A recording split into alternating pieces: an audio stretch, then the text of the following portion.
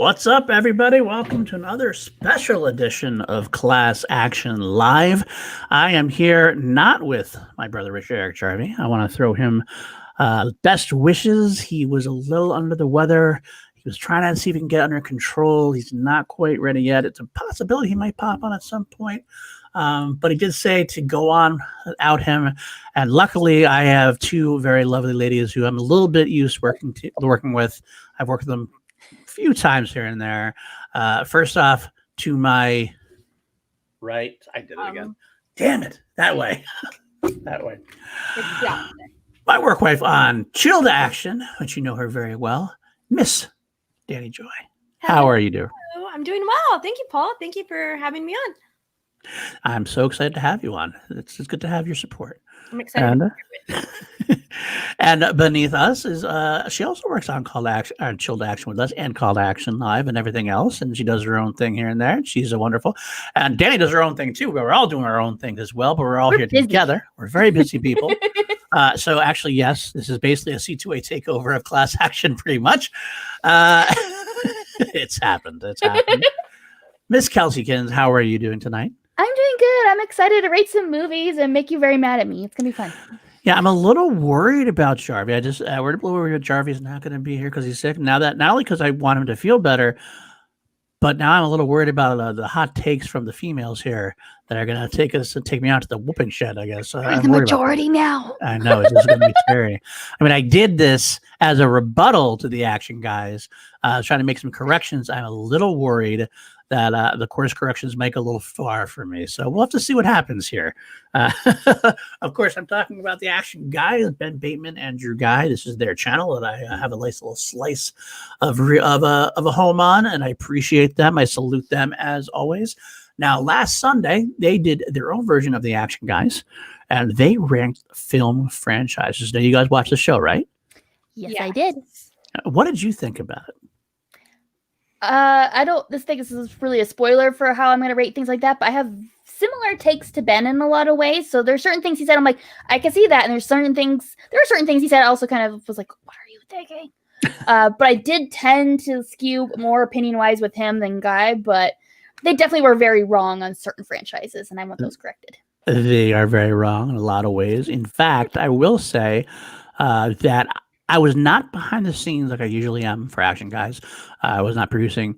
And if I was, I probably would have hopped on quite a few times. Quite a few times I would have hopped on and just said, what the fuck are you doing? What the? And I would have muted them. I would have changed their names. It would have been all over the place. In fact, that's why I did this stream. But Danny, first tell me your thoughts.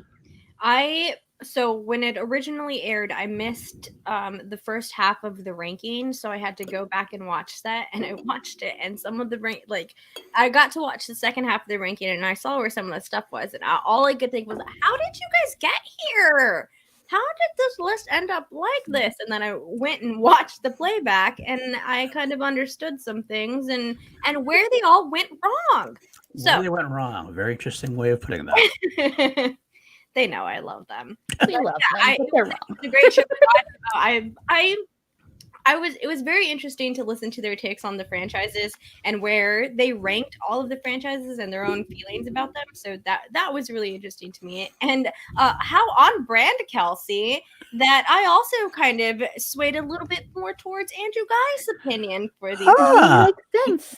Imagine how that is. I will say that Jarvi and I had planned to do a regular show this week. We had a topic, I think, I'll say it because we probably will do it next week. We're going to do Palm Springs versus Groundhog Day, the two time loop movies. We figure but we don't do comedies very much on this show, so we'll do that. But once I saw that, I just had this itch to do it. And I was like, let's do this. I'm actually sad Jarvis ain't here because he was very excited about doing it as well.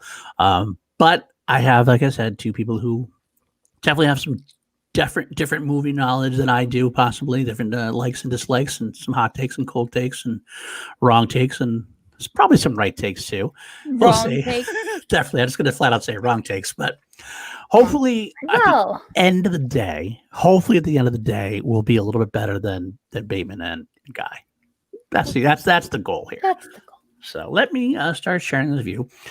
Let's see. I got this on screen already. Just gonna do that over here. This is the same franchise on tiermaker.com. Is the same one that they used. I do have a little bit of ground rules, which we're going to go over.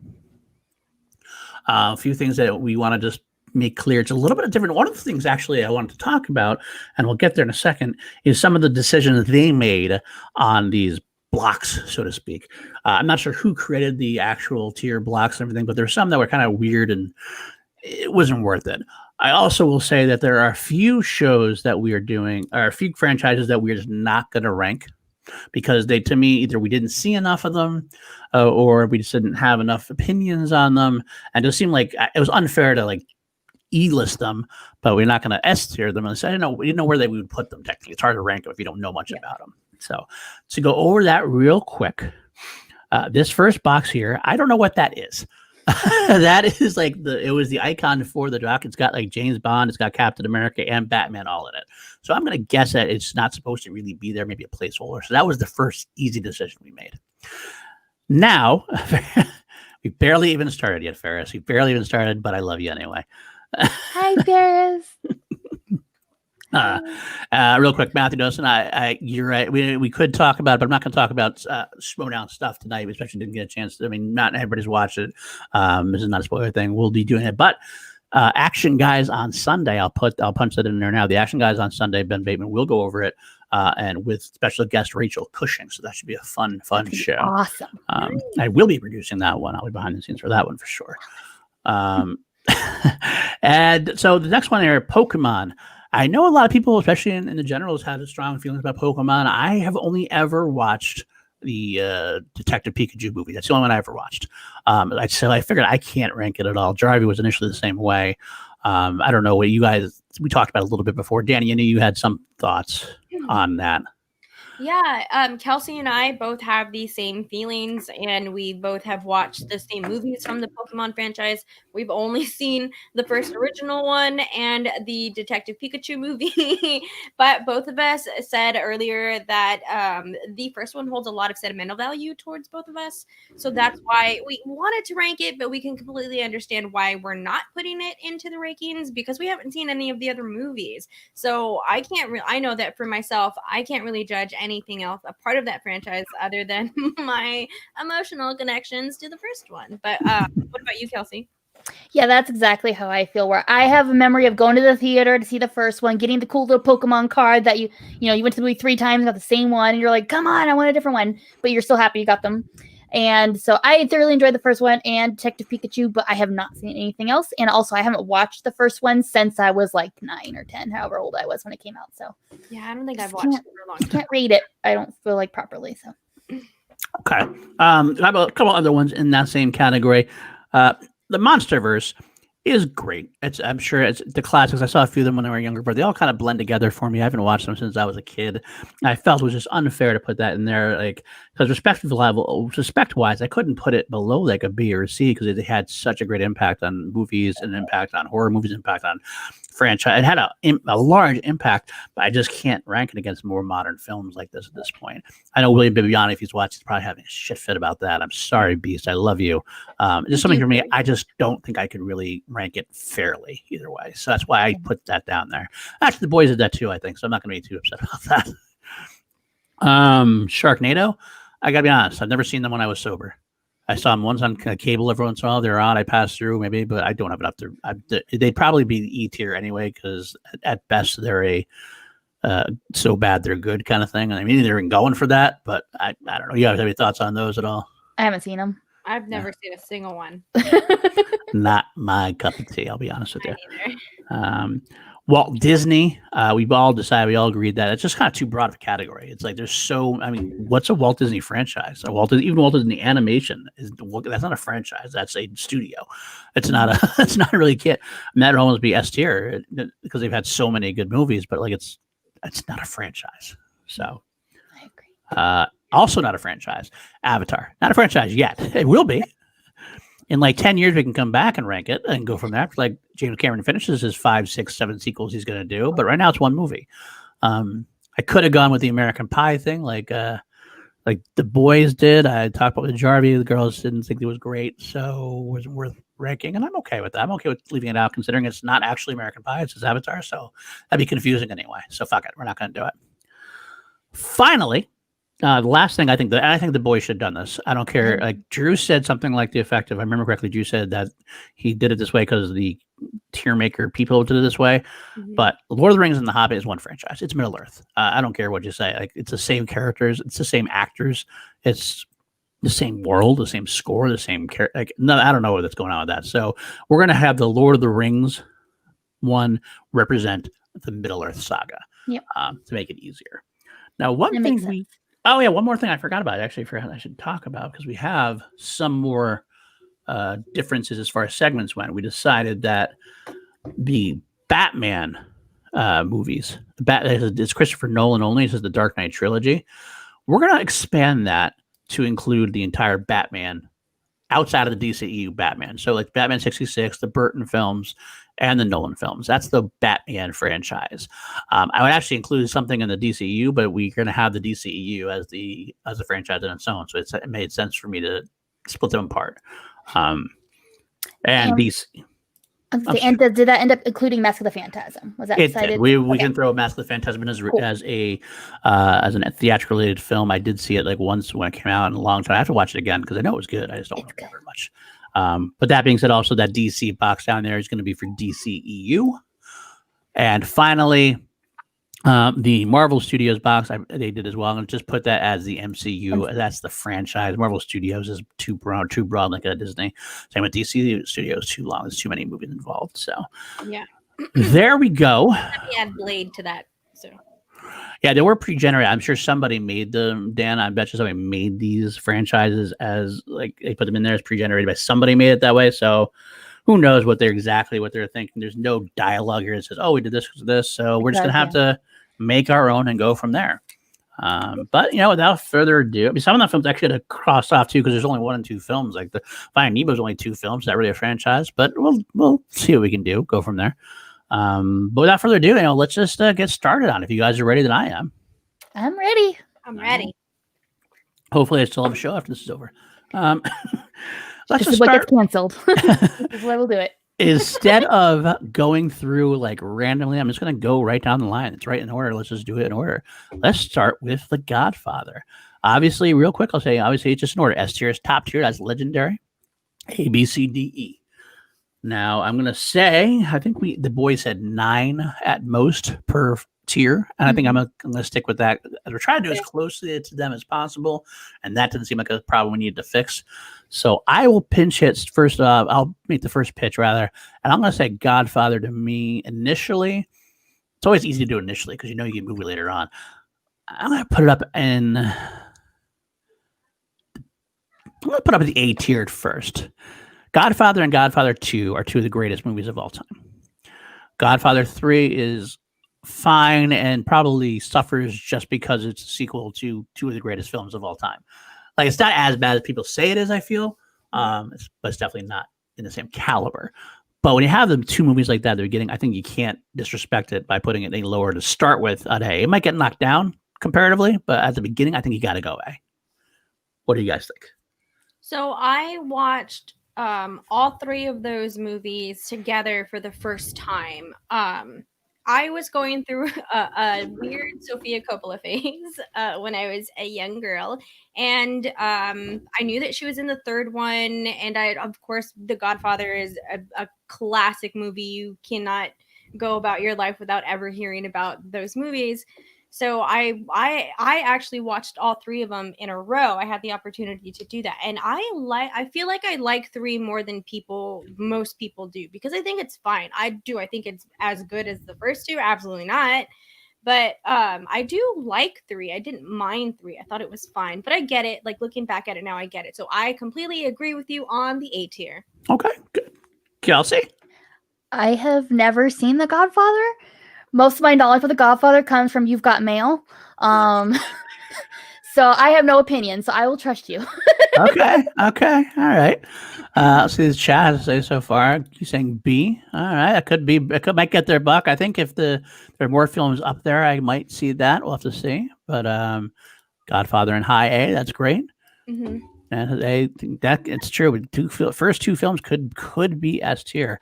And for Zeke, who's in the chat, there's a couple in there. Like they do a lot of things. I know, like the Ghost Rider movies, I believe, are partially Marvel Studios. Punisher, I believe, was Marvel Studios. Probably maybe Daredevil too. I'm not sure. A lot of those are, but it's just in case there's any doubt. That's why I want to make sure that just the MCU, just a clarification for us. Clarification. But I think those count or not. But all right, let's move along because we don't have all night. Should we go with the Marvel Studios right here? Marvel MCU? I mean, I'm going to go ahead and put this in S tier. Yep. No I don't think there's much to say about that at that point. I would put it in an A tier. I would put that behind The Godfather. That's just my personal opinion on it. I understand. I think that the MCU is great. I really truly do. Like, I love the MCU. It's wonderful. It's beautiful. I just did a rewatch of all of the movies, so I have a fresh opinion of them inside of my brain. But what was important, what I took away the most from that rewatch was you had to be there to really grasp how much those films impact you, because MCU was an event. For the 11 years that it was going on, it was an event. Like, those were everything that people went to, how everyone feels about it being an S tier. So there was a good maybe 7 of those 11 years where I was not watching MCU movies.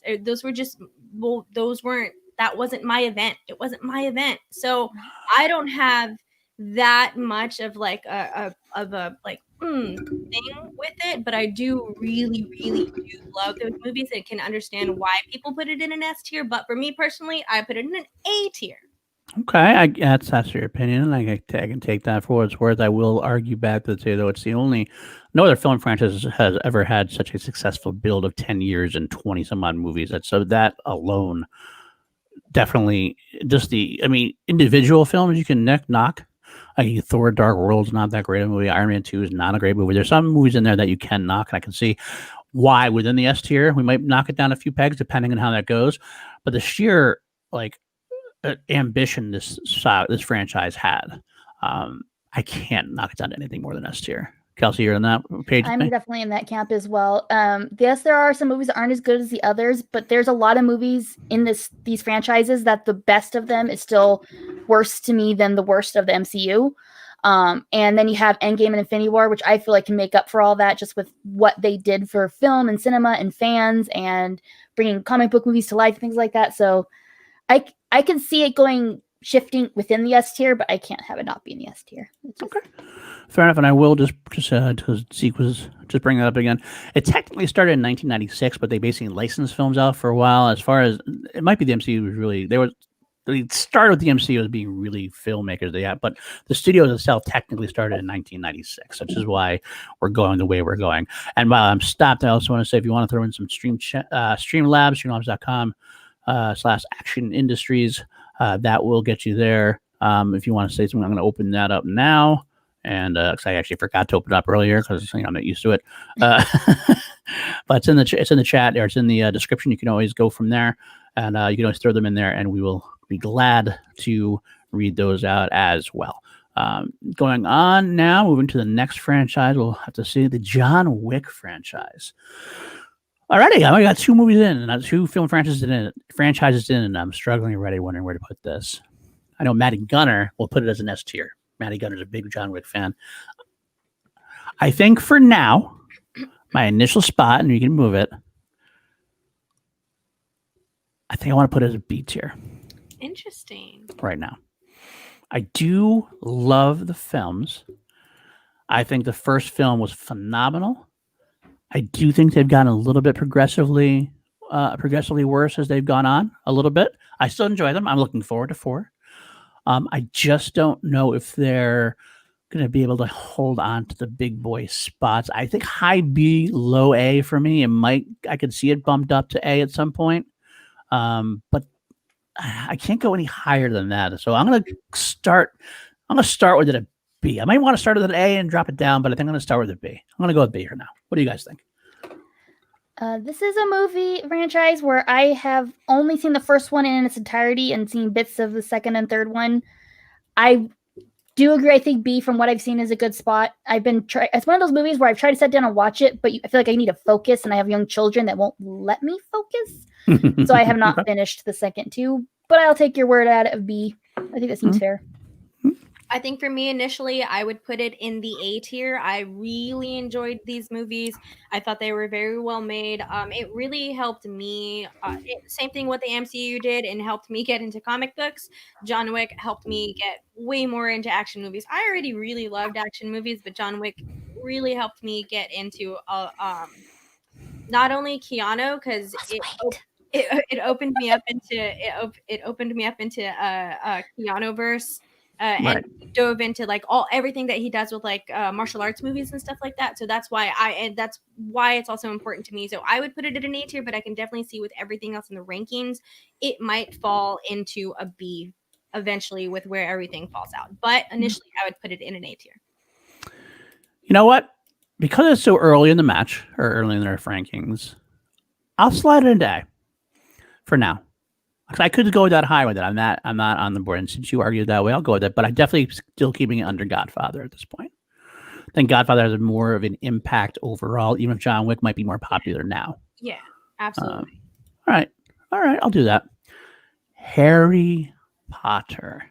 Now, I will also say we didn't talk about this, but I'm going to assume, as far as I'm concerned, this also includes the Fantastic Beasts movie, which knock it down quite a tier for me, unfortunately. It knocks it down a tier for me, too.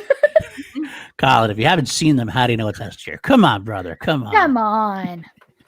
I would say my initial thoughts of Harry Potter is, in this household, it is an S tier. It's one of the few with my wife, Kim, is not a huge movie person, but she will watch a Harry Potter movie any day of the week. Like if it's MCU, Harry Potter, Lord of the Rings, those she's always going to go back to no matter how many times we've watched them. And they are very good, very solid adaptations of the book overall. Mm-hmm. But with the entries of the Fantastic Beasts, I have to knock it down.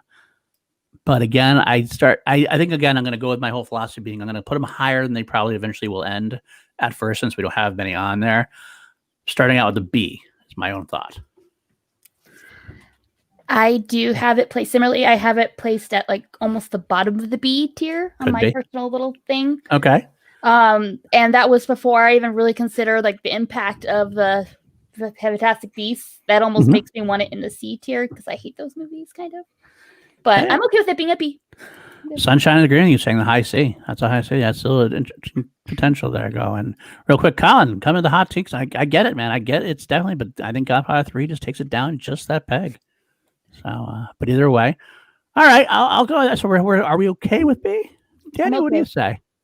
I think it's okay at a B, especially because you have to rope in the Fantastic Beasts franchise with it as well. It's the Wizarding World, so yeah, it'd be at a B, and I wouldn't be surprised if it ends up getting lower, just because, man, I think if we look at it at the ways that the guys were kind of talking about it, it's like, would I watch this franchise over this franchise in a day? Like, which one would I rather watch? I feel like that's where it's going to come down to, so I can see it kind of going lower, but yeah, I would put it at B. I think it's funny that a lot of times the guys are saying that one good movie can overwhelm the rest of the franchise and make it like a higher rating. That threw me for a loop a lot of times, because they would say like, well, you have to include these, but they'd be like, but that first movie was so good, and it's like, well, that's not a franchise. I mean, that's a movie.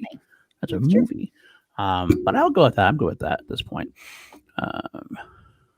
Meg's got some ranks. That's good to know. I throw them in there. We'll see them. Dan, good choice. Yep, yeah, I get that. Harry Potter. Colin, we're on the same page. I like that, Colin. We're good now. All right, let's move on to the next one we got here. Spider-Man trilogy. I don't think I mentioned this in the beginning. There's another one we kind of changed the idea. We're not going to go with the Spider-Man trilogy. What we did with this one is we're going to include the Sony Spider-Verse. So instead of just Spider-Man 1, 2, and 3, the Tobey Maguire ones, we're going to include the Andrew Garfield ones. We're going to include Into the Spider-Verse. And we're going to include Venom. We're just going to not include the Tom Holland, as Tom Holland's obviously part of the MCU. So we're trying to divide. We're trying not to have movies cross over at this point, even though there are movies that could technically cross over. So we're going just with the Spider-Man, non-Tom Holland. I'm going to let you guys talk before I decide a ranking, because I'm not sure where to go with it at this point. So I've never seen the Andrew Garfield Spider-Mans. You're not missing much. I The first one's fine. So I've heard good things about them. I've heard ish things about them, I should say. But I did like the Tobey Maguire Spider-Mans. I've never seen Venom, but Into the Spider-Verse is one of the best movies of all time, and I will stand by that forever because I love that movie. It's beautiful animation. A lot. That movie itself is S tier. 100%. I will stand by that. But because it's coupled in with some movies that I've never seen before, I would personally put this in the I'm gonna put it in the B tier above Harry Potter. Above Harry Potter. Yeah. Okay, what do you say, Kelsey? That's exactly where I had it as well, where if it was not including the second Andrew Garfield movie and the third Spider-Man trilogy movie, I would have it A tier. But there are some downers within this franchise and stuff, so I do have it before Harry Potter in the B tier, so I am in agreement there. I would say Spider-Man 3 is terrible. I think that Amazing Spider-Man 2 is one of the worst pieces I should have ever seen. The first Amazing Spider-Man is actually pretty good. Actually, I'm not that bad with it. It's fun. Like it. Into Spider-Verse does kick it up quite a bit for me. Yeah, that's what saved it. Spider-Man 2 is also considered Spider-Man 2. now. Spider-Man 2 is considered one of the greatest comic book movies of all time. I know now it's not quite as highly ranked for some people. I think I like the B rating, I think. But I don't know if it's above Harry Potter or below Harry Potter for me. I would pick Spider-Man over Harry Potter to watch it every day, like almost any day of the week. But that's just. But it's three bad movies. Harry Potter to watch over Spider-Man, but I would still put the Spider-Man movies over the Harry Potters just because of the Fantastic Beasts movies. But I would watch Harry Potter before I would watch Spider-Man's. I would watch the worst Spider-Man movie probably over one of the better Harry Potter movies. But that's also just me. I'm also a comic book person, so that's my preference. Wherever you want to put it, PLD. Wherever you got to put it. Well, you guys are both putting Spider-Man above Harry Potter, so it's a 2-1 unit if I did want it that way. So I guess I'll put it above Harry Potter. I think that's the first wrong choice we've made, perhaps, but I'm not entirely. Just you wait, PLD. I'm gonna weigh it down. It's interesting, when there are two atrocious, two decent but dated movies, you have to go no higher than C.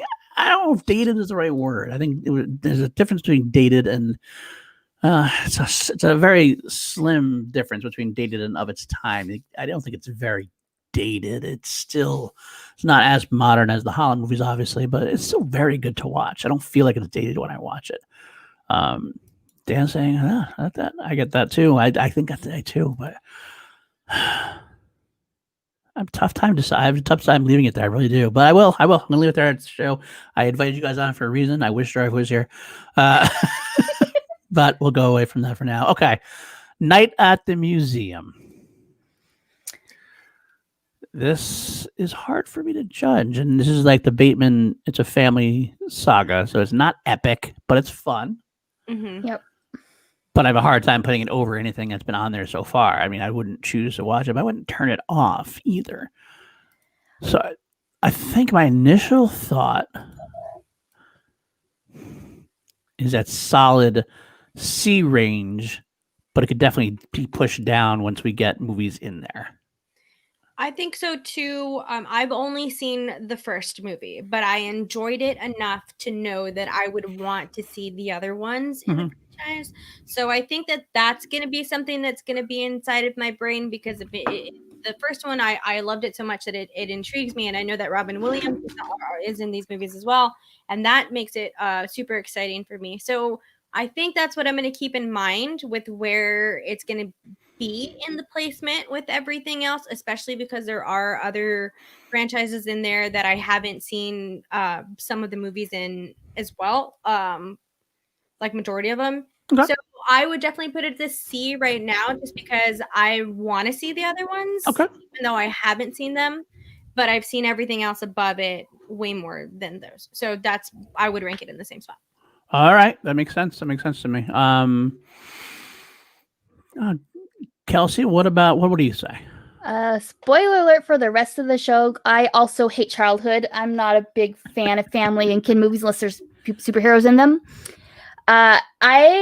If it wasn't for Robin Williams, I'd have this almost bottom E tier. I just don't like those movies. I don't have fun Wow. with them because of his Wow. performance. I did like him in them, so I do have it low D tier. Low D tier. Lowest on the D tier. All right. But- Dan is agreeing with C and probably going to move down. He's a Bears fan. He's smart. I like that guy. Liam saying D. Z totally ignoring the movies that come on TV. Okay. Enjoyable on stand. I agree with C. I think it's Robin Williams' performance that does it to me. I think so. Well, do you think are you okay with leaving it on C right now, considering it's still last place right now? If it doesn't get bumped down by a lot of these other movies that are coming, I'll be very disappointed. But for right now, I don't mind it there. Okay, I think I I do think I really do agree with Dan. I do think that I'm putting it C, but I do think a lot of these movies will probably knock it down when we get there. Yeah, that's all right. We can go with that. Let's go down to. I think I'm gonna. Now I know why. See, now I know why the boys skipped around so much, because I think I want to skip around. I want to save some of the big ones. I'm up for whatever you want to do. So maybe I'll just pick one. I'm going to go with one of the ones down here. We'll go back. Let's talk family films again. Let's talk Despicable Me. Despicable Me.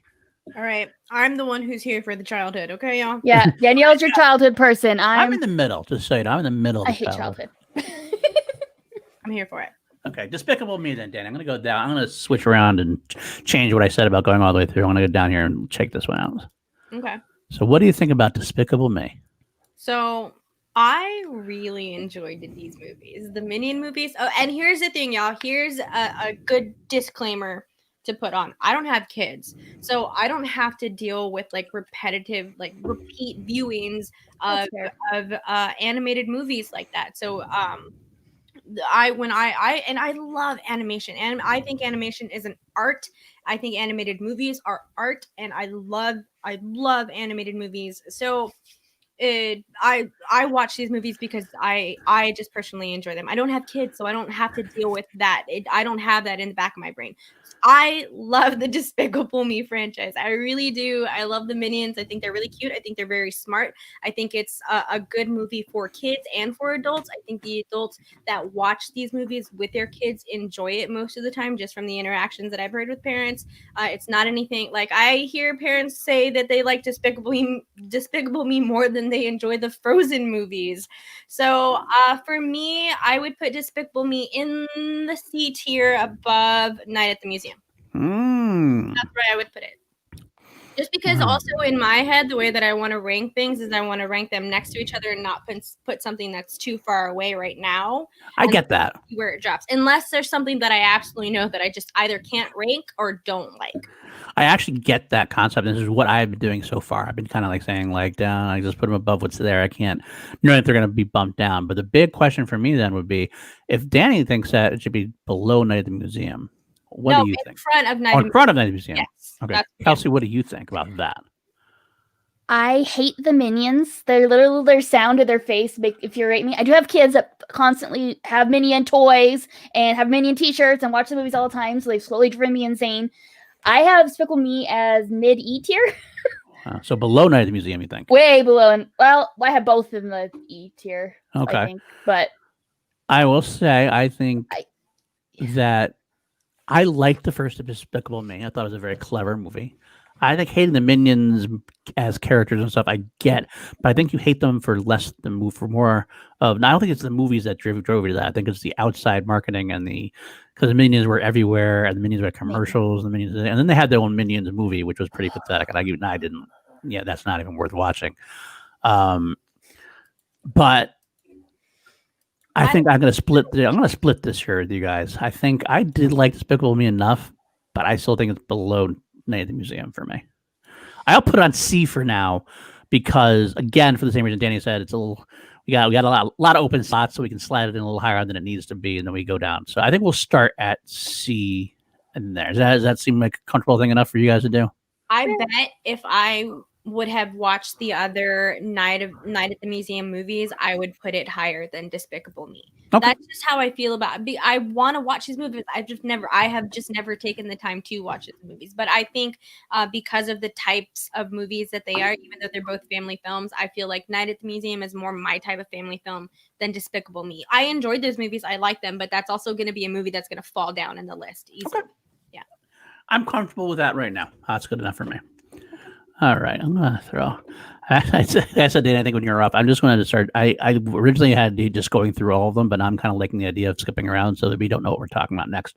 So I'm going to throw in. How about just did 2 family films in a row? Let's do something. Hangover franchise.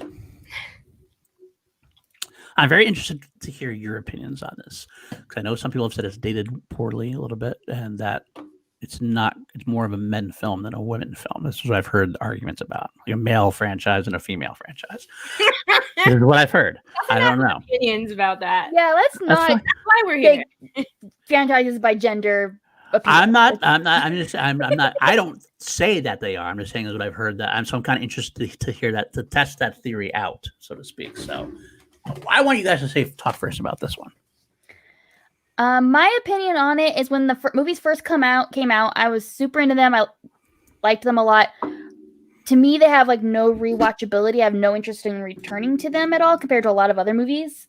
So I did have them. Let me see, low C-ish. Okay. Because they were very big when they came out. I did enjoy them a lot. It did make careers like the guys were talking about. Like that's where I discovered Bradley Cooper, and that's how it.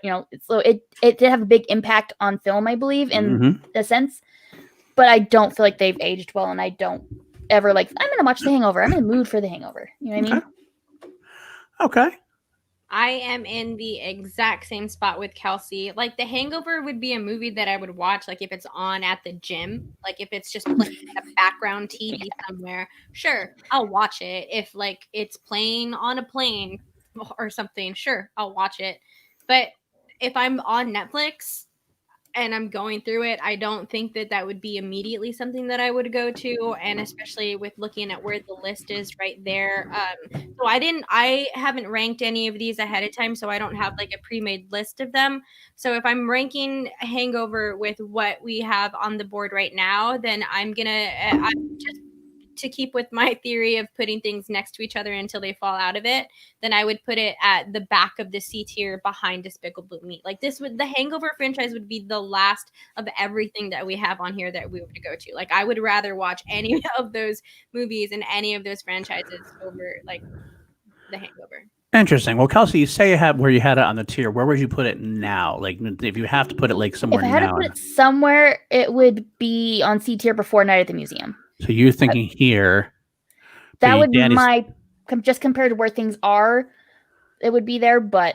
And that's Danny thinking here. Okay. Yeah. Now, I loved the first Hangover. I'm not going to lie. I'm so sorry to interrupt you, Paul, but I do want to say something really quickly to touch on the point of whether like it's a movie that's made for men versus a movie that's made for women. That has nothing to do with where this movie ranks for me. I enjoyed the movies when I watched them. They're funny movies. They really, truly are. Ed Helms is so fucking funny in these movies. I love Bradley Cooper in these movies. And the story is an interesting way that it turns. They just don't have the rewatchability for me in the same sort of sense. I think they're funny movies, definitely, absolutely, but I don't think that it's a gender thing from where I agree. The only reason I would ever even consider a gender thing is that sometimes you hear like it's definitely a male bonding kind of. It's a lot of male camaraderie in the movie versus like something like a Bridesmaids, which is more the female camaraderie kind of thing. So sometimes you relate more to different aspects of it. I don't know necessarily. I mean, I like Bridesmaids too, so I mean, it definitely doesn't always work that way. But I get why some people would think one way versus the other. As far as my rankings, I love the first Hangover. I did. I thought it was pretty great. Interesting to see. I'll just throw these in the chat real quick. We have a couple different.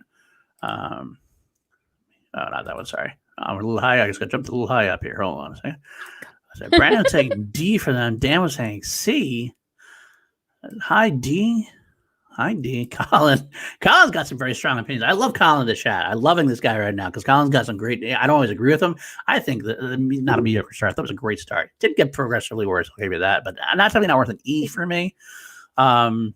I'm not going to have any qualms if it ends up in the D tier. I would probably honestly choose to watch Hangover 1 over any movie in the Night Museum franchise or Despicable Me.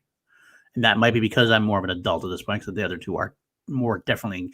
There's movies that are kid based, kid tier, like kid based movies, but there's movies that are made for kids. There's some kid movies I can watch and love and have no problem with it. These are more definitively made for kids that I don't watch it. I don't get as much enjoyment of them as an adult. Yeah. I think with that, I agree. I do agree. I probably would watch the Hangover movies before I would watch the Despicable Me movies. But I think that I would watch the Night at the Museum movies before I would watch the Hangover movies. Okay. But that's also just the difference in our movie taste. Yeah, absolutely. I love that. That's my shit. So I get it. I guess the qualm has become, I think you could probably equate Hangover 1 versus Night at the Museum 1 to a degree as far as watchability, but it'd be the sequels versus the sequels, and that's where comes trouble. I think I'll. Kelsey, what's your thoughts about versus Night at the Museum? You think it's better? You'd watch it more than Night at the Museum? I would definitely watch it. Like I said, I had Despicable Me and Night at the Museum way lower than them. So I'm leaning towards above Night at the Museum, but no, I think it should stay where you have it. I think it should there. stay Okay. Museum, because you two have already said where it is. Like, yeah, that's just my movie preference, and I understand that me enjoying family movies is in the complete minority. Okay. So that ranking in the tier, I'm not trying to fight for that. That's fine. That's fine. Get into fighting later. We'll fight later. It's coming. I'm not gonna try to fight for this, so let that go. Keep going. All right. How about Godzilla? Now, I will start with this. Now, the Godzilla movies, this is actually pretty funny. A quick story is that, for those in the chat who don't know, I'm adopted. And I've recently been on a discovery finding my family members. And I recently discovered my half-brother, and I met him for the first time a month ago. And we're so much alike. He loves movies. He actually used to watch the movie Trivia Schmodown, so I'm going to try to get him back at the Schmodown. But he likes Godzilla like I like Star Wars. So if he ever watches this and I rank it lower than for him, it's like an S tier. That's how much it is to me. But with that being said, I am not my brother. I like the ones I've seen. I haven't watched a lot of the older ones, but I will argue, this is one of those few times I will argue, even though I haven't seen a lot of the older ones, or it's been way too long since they all blend together for me. They made a great impact on cinema, kind of much the way the MonsterVerse did, but we have more newer movies to watch. I did like the 2014 one. I did like last year's King of Monsters. I do excited about Godzilla versus Kong. I kind of enjoyed them both. So with the impact, I think I have to put this on C. Now, where on C, I don't know. I don't know where on C, but I don't know. Maybe even a low B. But I'm going to let you guys talk it out first. I've only seen one Godzilla movie. Okay. So, Danny, okay. I'm just going to say, this is S tier for me. Really? Yes. The Godzilla movies, I have been watching the Godzilla movies since I was a teeny tiny baby, y'all. So this is an interesting part in the tier ranking that we're talking about, because the Godzilla movies for me, regardless of how anyone feels about the older movies, they have a huge sentimental value for me. I can remember, like, so this curtain that's right here, y'all, this is my grandpa's room. Like, this is the room that my grandpa, I'm staying at my mom's house. This was my grandfather's room that he was in before he passed. I can remember being the tiniest person sitting right there in this exact room watching the Godzilla movies.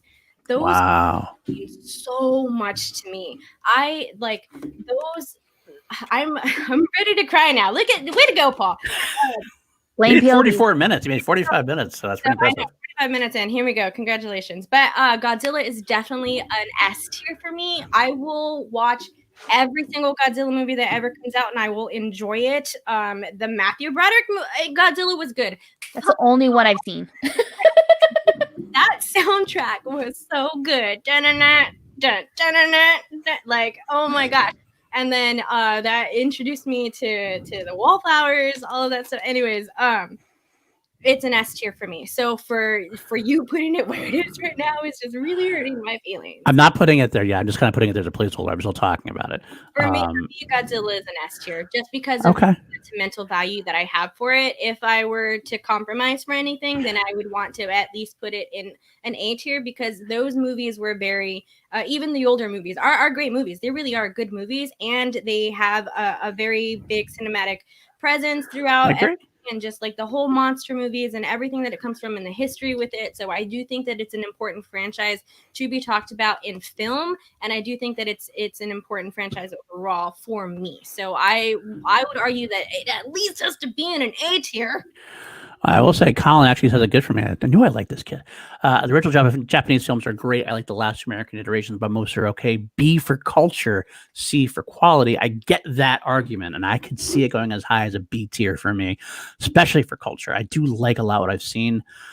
I can't go as high as an A. I can't do it. I just can't do A. I get it. And I get why it's an S tier for you. I get my brother is trying to convince me to do a Godzilla watch along. He's actually he bought me a Godzilla toy. I get it, and I'm gonna do it. I'm actually gonna do a Godzilla watch along at some point with him. But I can't at this point, in good faith, put it in the A rating or anything else. I'll slide up to a B at this point. At least put it in the high B. Kelsey's only seen one movie. I've only seen one. That's because I have no interest in the franchise. I know, so I'm not going to give it. I'm not going to count her. I'm counting your opinion versus my opinion, which is somewhere in between your guys' opinions. I need so bad. If you're put it at the high B at least.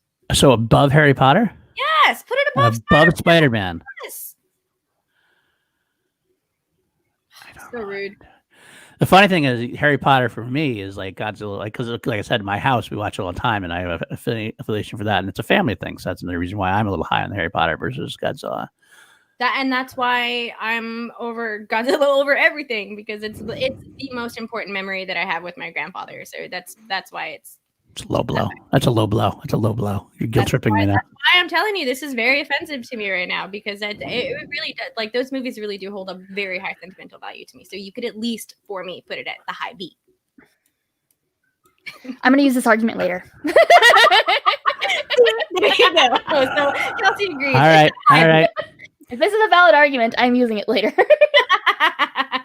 All right. I'll put. Fine. I got to move on. I'm going to put it a high B.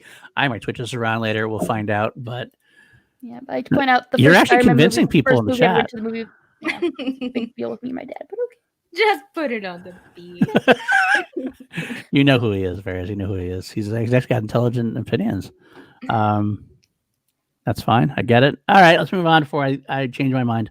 How about personal feelings with those things? So I think that's a good thing to always keep in mind whenever you're ranking is like your personal feelings towards it, and and how are we kind of deciphering that sort of thing? Like, are we going to really let's just all right? It doesn't matter. Fuck your feelings. It's whether these movies are better movies than the other ones. I think we got to go with both, a little bit of both, because there's three people in here. There's three. Yeah. If I was one gonna say person, though, temper it, but I was not doing that at all. And if I was, Spider-Man, I would have thrown a tantrum about, because the first Spider-Man movie changed my life. I decorated my room in Spider-Man. I wore Spider-Man shirts every day. I started reading the comic books because of that first Spider-Man movie. Me and my dad started going to comic book things together because of that movie. So it's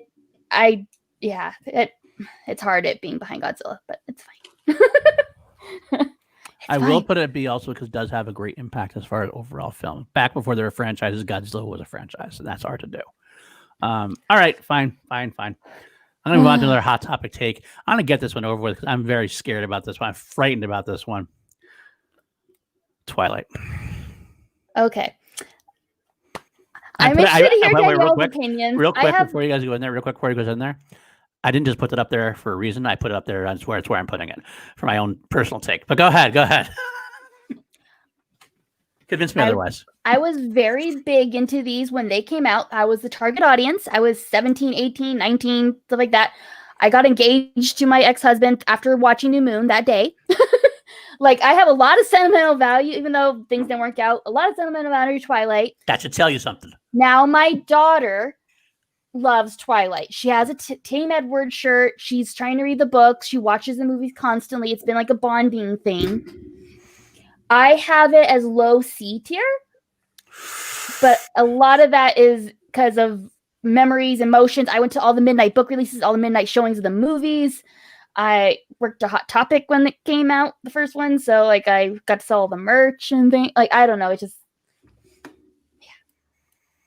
So we're ranking the movies. We're not ranking the books. And I think for me that's what's the most important part about this idea, because fun story I can tell about the Twilight book series. That's the like my dad didn't graduate from high school, grew up very poor, didn't graduate from high school. The only books that he's ever read were the Twilight books.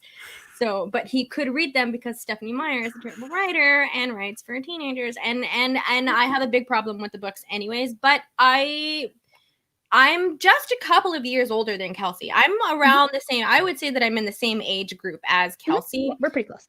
Twilight did not hit me the same way.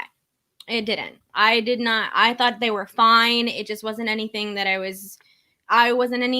just kind of wasn't into it. But I do believe that it's because of my feelings for the books also. So I think that might have played a little bit into it, but overall, if I'm thinking about like the movies and how everyone was hyped on them, and I still watched every single one of them in theaters. Don't get me wrong, I still watched them. I would put it exactly where Kelsey puts it, like where I would agree that like just because I yeah. But it's also one that would fall for me, but just because I know of I gotta say it, man, like it was a tiny bit of a cultural impact, because it allowed YA novels to also have this really big resurgence. Like Twilight did that. Yes, Twilight did that. Yes, Twilight did that for the book universe. Like for a lot of, like it gave a lot of people, younger audiences, that sort of thing. So it's got an impact to it. So I have to just kind of fall in line with someone who I know that has a bigger emotional attachment to it, and I fucking love vampires. So I gotta just follow Kelsey with it. So but you were saying low C, below everything else?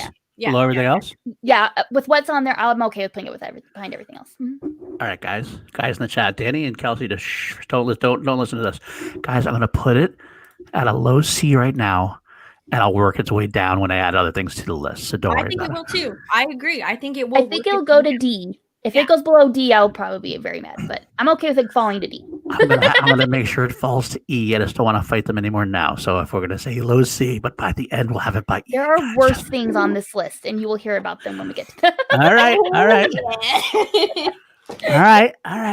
I'm gonna agree to it for now, but this is not us correcting Ben and Drew. This is actually Ben and Drew had it lower, so I think we're actually failing at our task. But I'll let it go for now.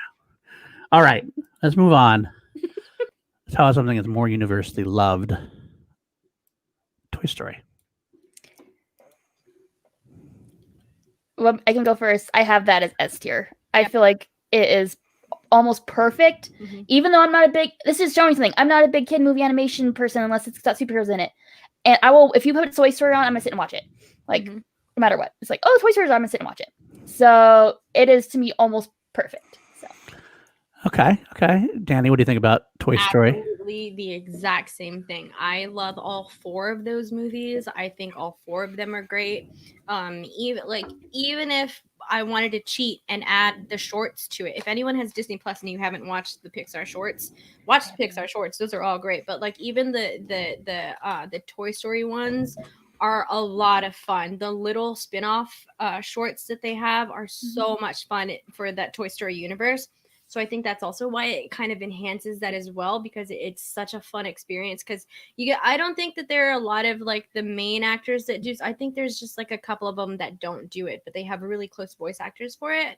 So they're so good. So Toy Story has to be on the S tier for me. In my personal rank, I think that it would be behind Godzilla at the S tier. Okay, but how about the MCU? The MCU is still in the A tier for me. I'm saying as we are having right now, not like in your own personal thing. Toy Story would be above MCU. Okay. I would have it behind. Behind MCU. Yeah. Okay, I will say, I'm looking at some of the chat here before I make my arguments, S tier, hands down. Brandon Buck saying B. That's a low rating. Wow. A, I get that. JJ Winter is on the Twilight train with you guys, I guess. Thank you. Thank you. Toy Story here. A, I can understand A.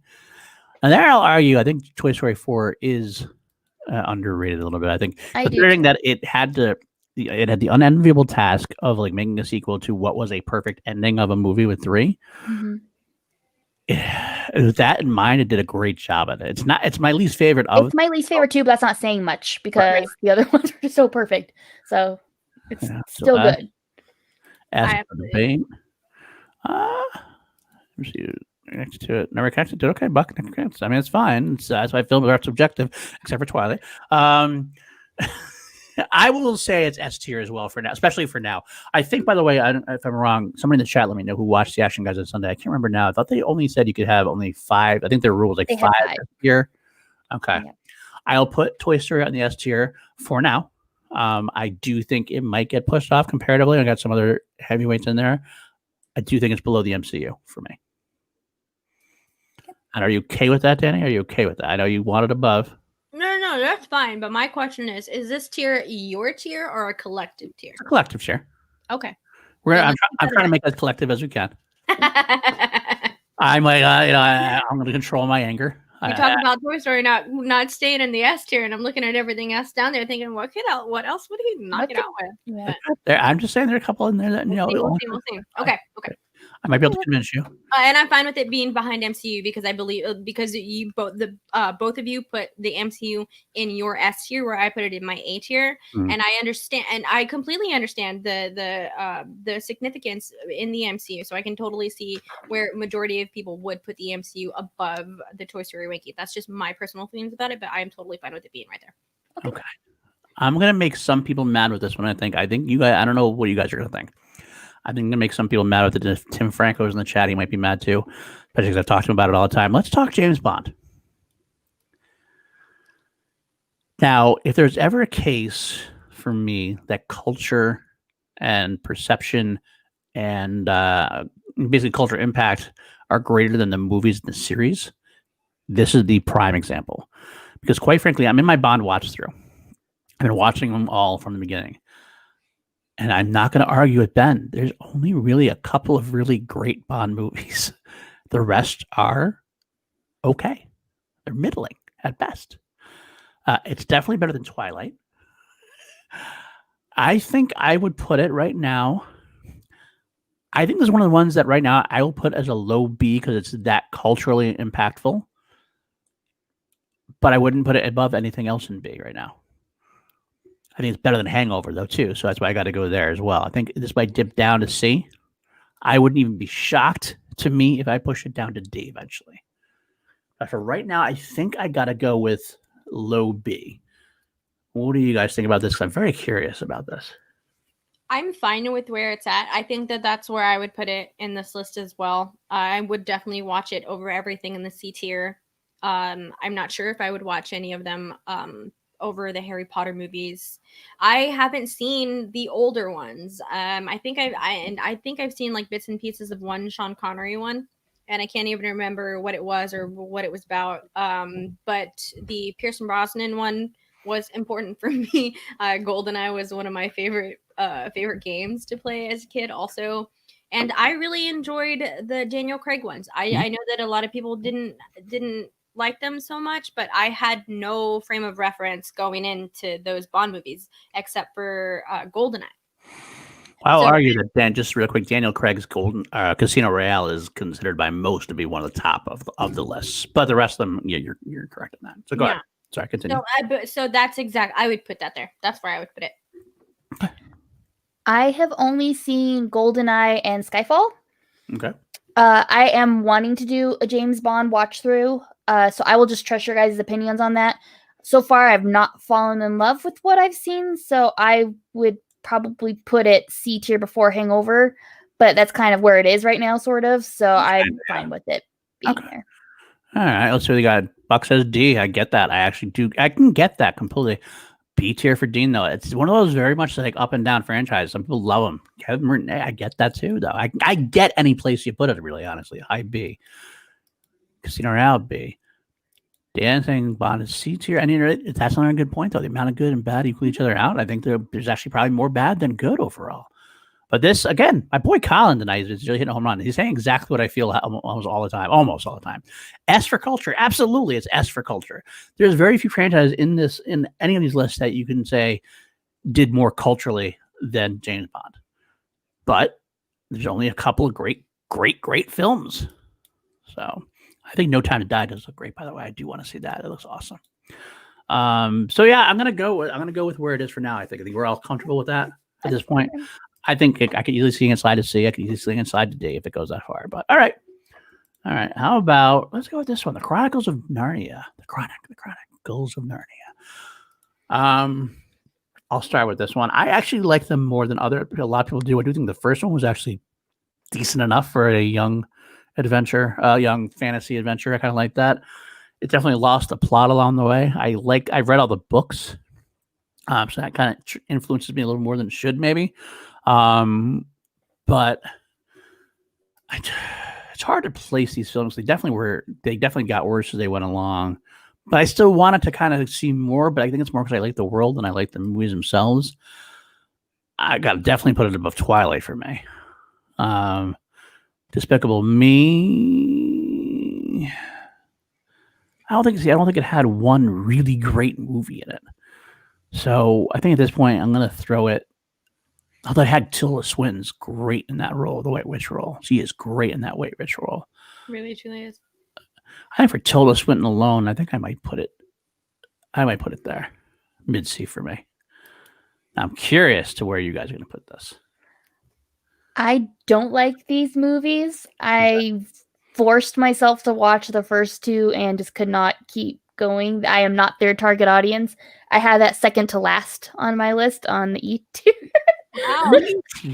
Wow. Wow. I'm not the person these movies were meant for. So, and I have read the books, and the books I'm not their audience either. So it's just. So I'm with Paul on this one, where the books kind of influenced me a little bit, probably more than what they should, because I agree that they did progressively get I can't think of words. They didn't work as well going down the line with it, but I do think that they were decent adaptations of the book, and I would actually put that ahead of. I know that's such that's good. Oh man, Schmodown. I would actually put Narnia at the high C. I would put it above everything in the C. I think that I could be influenced to not put it in the B tier, but I think just because those movies were for me and the books were for me. That was one of the first book series that I ever read when I was a kid, so that's why it's important to me, and that's why it influences my decision with the movies as well. But I think just for sake of where everything else is and where I think I know the list is going to go, and with how I feel like y'all would feel with the list, I'm fine with it being wherever you all put it on the C tier right now, just because that's I don't want to put it anything lower than it, because I imagine that it is going to go lower, but I'm fine with it being on the C tier. Behind Twilight. But me personally, I would put it at the very top of the C tier. So I guess we'll split the difference then, because Kelsey wanted below Twilight, Danny wanted at above Hangover, so I'm gonna think I'll split it right in the middle there between Night Museum and Despicable Me. I think it's right in the middle there for me. I think that's a pretty good place then for it. Okay. I feel good like argument, Kelsey. Good passionate argument. We can like swap things We around. can shuffle things. Yeah, good. Once we get done with everything, we can play that game. Good. All right. Fine. I'm glad I got that done. It's not as bad as I thought. All right. Let us try The Mummy. Now, this is, I think, this is actually a decision we have to make. To make the decision, is it going to be the old Mummy movies or just like the Brendan Fraser plus the Tom Cruise one? I included all of them when I was like planning it. It's like the old Monster movies? Not the old ones, but the Brendan Fraser ones. And so Brendan Fraser. So why don't we do that? Brendan Fraser, because I talked about MonsterVerse in general as being something you can't rank. So the Brendan Fraser and Scorpion King ones. Yes, the Brendan Fraser, Scorpion Kings, and then the Tom Cruise one too. Okay. That 2017 one that Tom Cruise did. That's how was god awful. by the way, and might bring it down. Yeah. So I'll let you guys start with this one. Go ahead, Kels. I have a big place in my heart with these ones because archaeology was like my thing. I wanted to be an archaeologist, Egyptologist when these movies were coming out. So I loved them. I tolerate the Tom Cruise ones. I mean, it had Jake Johnson in it. I love him. So his moments kind of helped a little bit. I have it. For me, it would be between James Bond and Hangover Part 3. So whether it's high C or low B, but that's me. Okay. Danny, what about you? So, I love the Brendan Fraser movies. They're so good. They're so good. They're so great. And then there's a lot of other like personal feelings towards Brendan Fraser that just make that whole franchise, that Brendan Fraser, those movies, kind of important in my brain. I like Scorpion King. I thought it was just a fun movie to have on there. The CGI is fucking terrible. It's terrible. But that did start my love for The Rock because I really truly did start to follow his career after that movie because I was so into the Mummy movies. I've never seen the Tom Cruise ones, so I can't put that anywhere in my opinion. I think that I would be fine with it in the B tier because I would definitely watch it above everything in the C tier. But I agree with Kelsey. I might even put it above Bond in my personal opinion. But I'd be okay with that. That's just mine. Because I think I might. Overall, I think I just might enjoy watching those movies more than watching the older Bond movies. I think. Oh boy. Okay. But let's say let me. All right. So let me just say, so Kelsey wants to go here or there. Either there or there, yeah. And Danny, where do you want to put it? There? Same. All right, let me try to talk this for me. I love the first film, the Brendan Fraser's first film. I think it still holds up for the most part. It's a great adventure, even though it's a little bit of an Indiana Jones wannabe to a degree. I do love that. I do hate the Tom Cruise one a lot, so it almost evens itself out. So it comes down to some of the sequels. I think the Jet Li one is pretty horrible, and the Scorpion King is fine. I think it's fine. It does have The Rock. I love me some Rock. I like the movie and the actor. So, but I guess culturally, impact-wise, it doesn't have quite the zing as some of them do. I can't say it's got more cultural impact, for example, than Bond. I think I have to slide it below Bond for that reason. It's amazing how high Bond is for me, and it's amazing how much pure cultural impact Bond gets to where it gets its boost from. Well, I mean, I feel like that's the reason why we not only my personal feelings, but that's also why we have Godzilla in such a higher rank because of the cultural impact of it. So I agree with you that I don't think Mummy has as much of a cultural impact as James Bond does. Like there's like it's 007. Like you can't everyone knows what 007 is. Like you can't fucking walk into a bar without somebody saying some stupid remark about a martini and James Bond. Like you just have so right.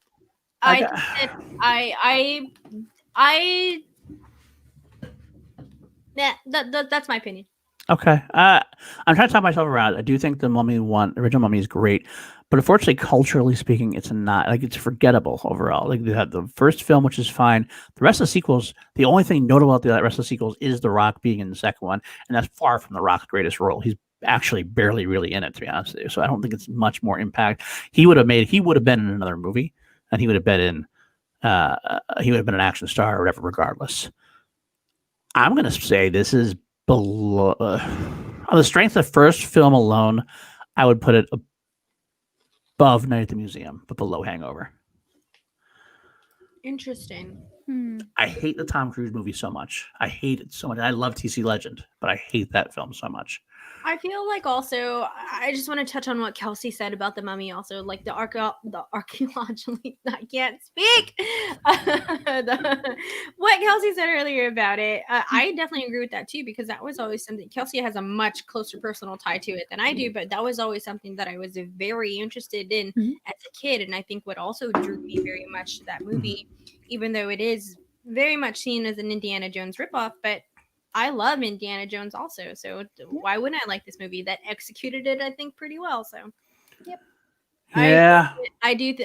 That's why I just feel like I would put it higher than The Hangover. I think. I would agree, but Paul's got the clicker. All right, I'll do it. I'll do it for now. We I'll won do it for now. something. I'll do it for now. I'll do it for Rachel now. Weisz, like, oh, she's a badass, man. Just Like, for her alone. yeah, Oh. she made me want to be a badass. Like, I loved Evie She's in those. badass in that So movie. good, man. I'm saying the only reason I hesitate is I kind of argued against Ben and Drew being. They said they would do that. They would be, oh, one good film can do this and boost things up. And I kind of feel like there's only one good film in this movie, in this franchise. But in my opinion, there's not. There's like the first. I think the first 3 Mummies. In my opinion, I enjoyed those movies very much. I enjoyed them too. liked the Scorpion King. I thought it was fine. Okay. It's just the Tom Cruise movie that I haven't seen. So that's the only way I can't judge it completely over anything because I haven't seen the Tom Cruise. I agree. I think it's the worst of them. But there was things in that one I did like visually. I love Sofia Boutella. I think she did a good job, like visually as the Mummy, things like that. So there are things from that movie I like. So it doesn't bring it down as much as I guess it does for you. All right. I'll leave it there for now. Alvin and the Chipmunks. All right. Yeah, same thing. I have a question about this. Are we including like the 80s and the 90s movies? Were there actually movies in the 80s and 90s? They're just There were. I don't know if they're Wait, theatrically released or not. I have no idea. That part I don't know, but there were. No, theatrically released movies, Danny. Theatrically released Okay, movies. Fine. I bet they had movie specials and TV specials and stuff. I think we'd only count. I don't know. Okay, I cannot know for sure if they were theatrically released. I'll look up right now. The movies when we were kids. Look them But up.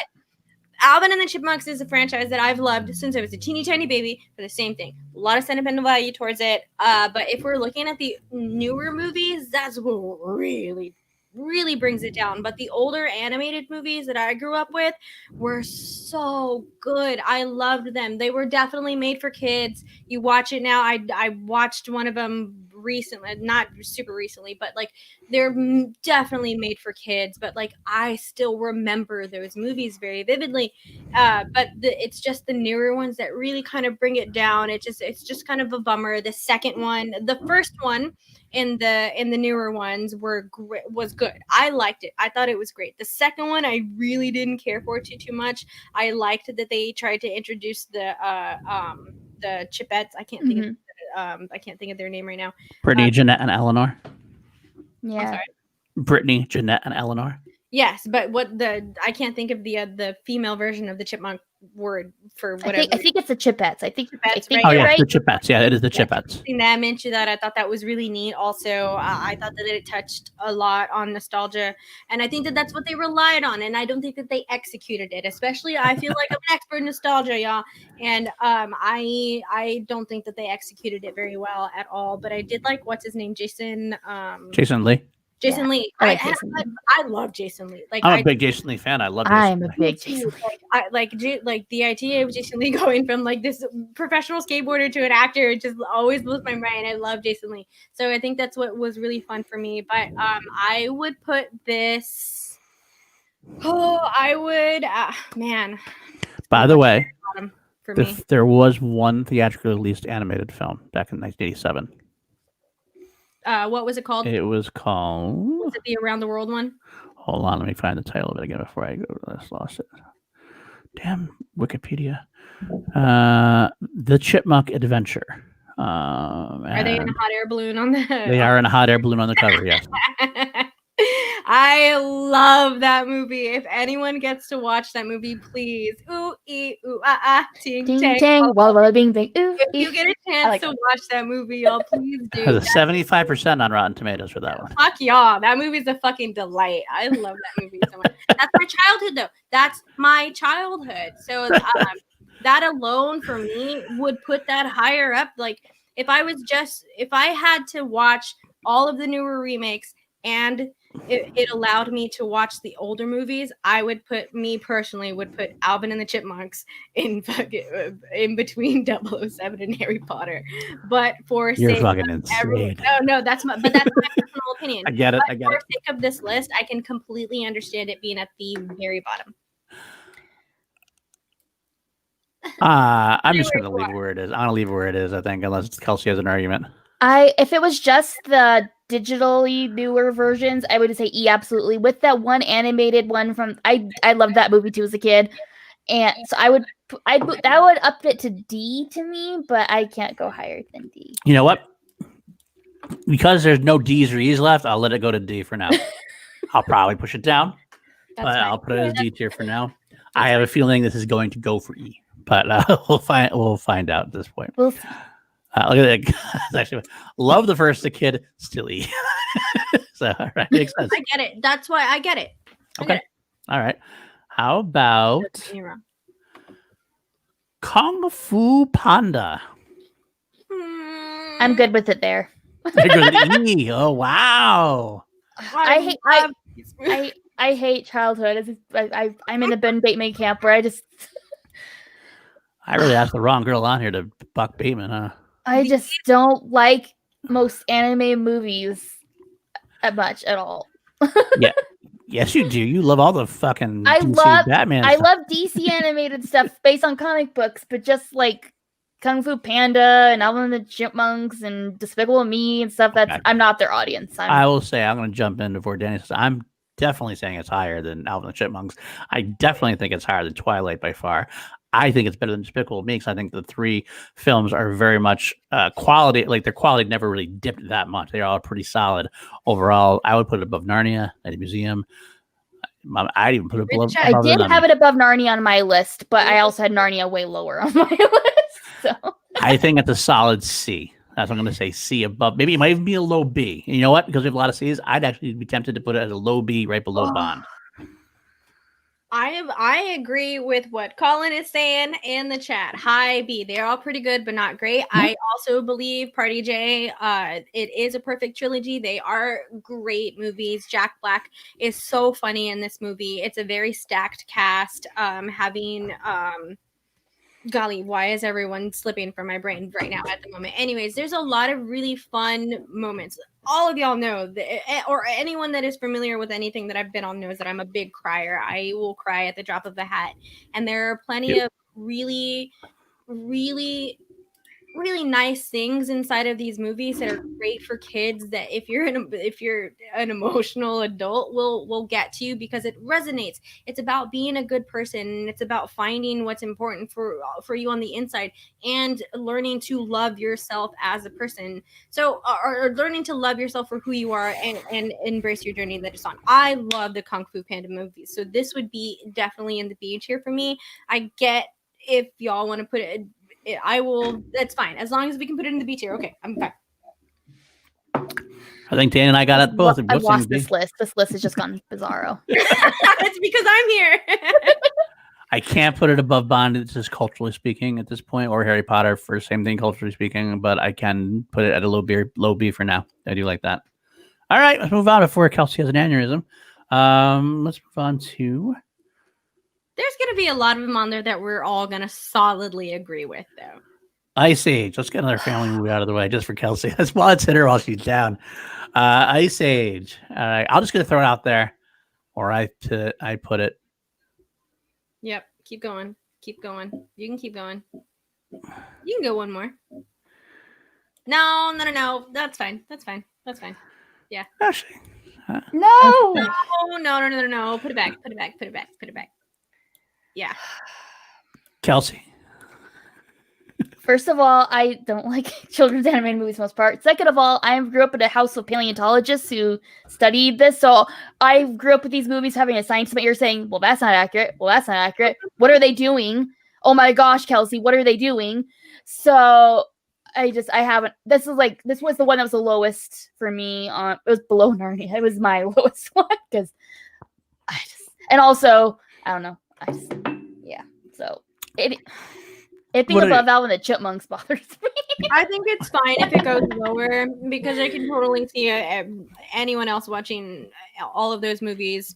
I can definitely see it kind of being in the high D tier. I enjoyed those movies. I thought that they were fine, but they're kids movies. That's I like animated movies, but I can definitely tell the difference between what's animated that's strictly made for kids and what's animated that adult animation and kid movies with adult themes that adults can enjoy in the theaters or whatever. But Ice Age is definitely a kids movie. They're all kids movies, I think. So I can see it being completely lower. I can see it being in the D tier above Alvin and the Chipmunks, actually.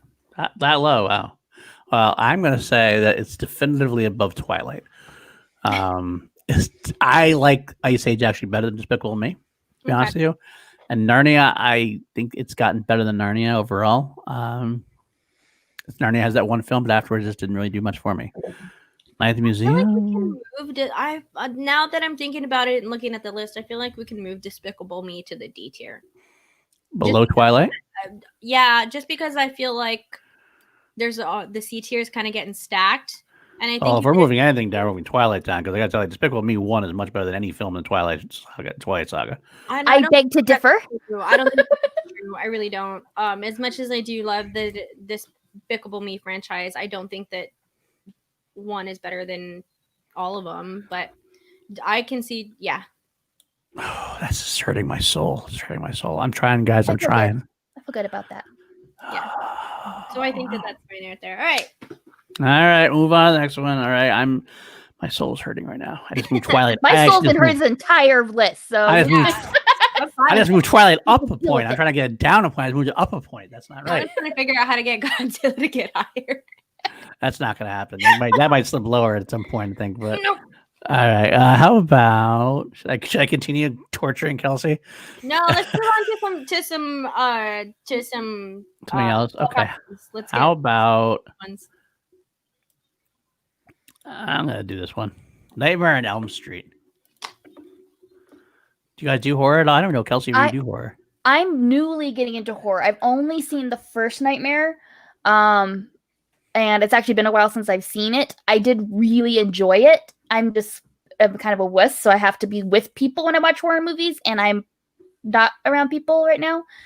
If I had to rate it, I would put it on the C tier after Twilight, probably. Or no way that's happening. Just so you know, there's no way that's happening. D tier before Despicable Me, but that's because I've only seen one. So if you do feel like it needs to be higher, I won't argue.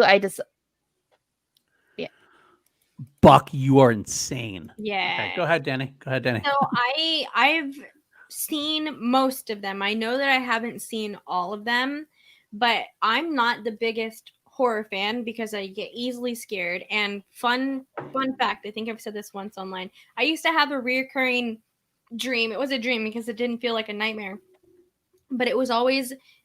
I could always see the scene, and it wasn't until I was much older that I rewatched the first Nightmare on Elm Street, and it was an exact scene from that movie that I actually dreamed of. But I think it's the first memory that I ever blocked out of my brain, like watching that movie for the first time. So I enjoy this franchise. With all of that being said, I enjoy this franchise, and I would actually put it. I would be fine if Paul wants to put it somewhere in the B tier, really. But if I'm going to put it in the C tier, I'm going to put it at the high end of the C tier.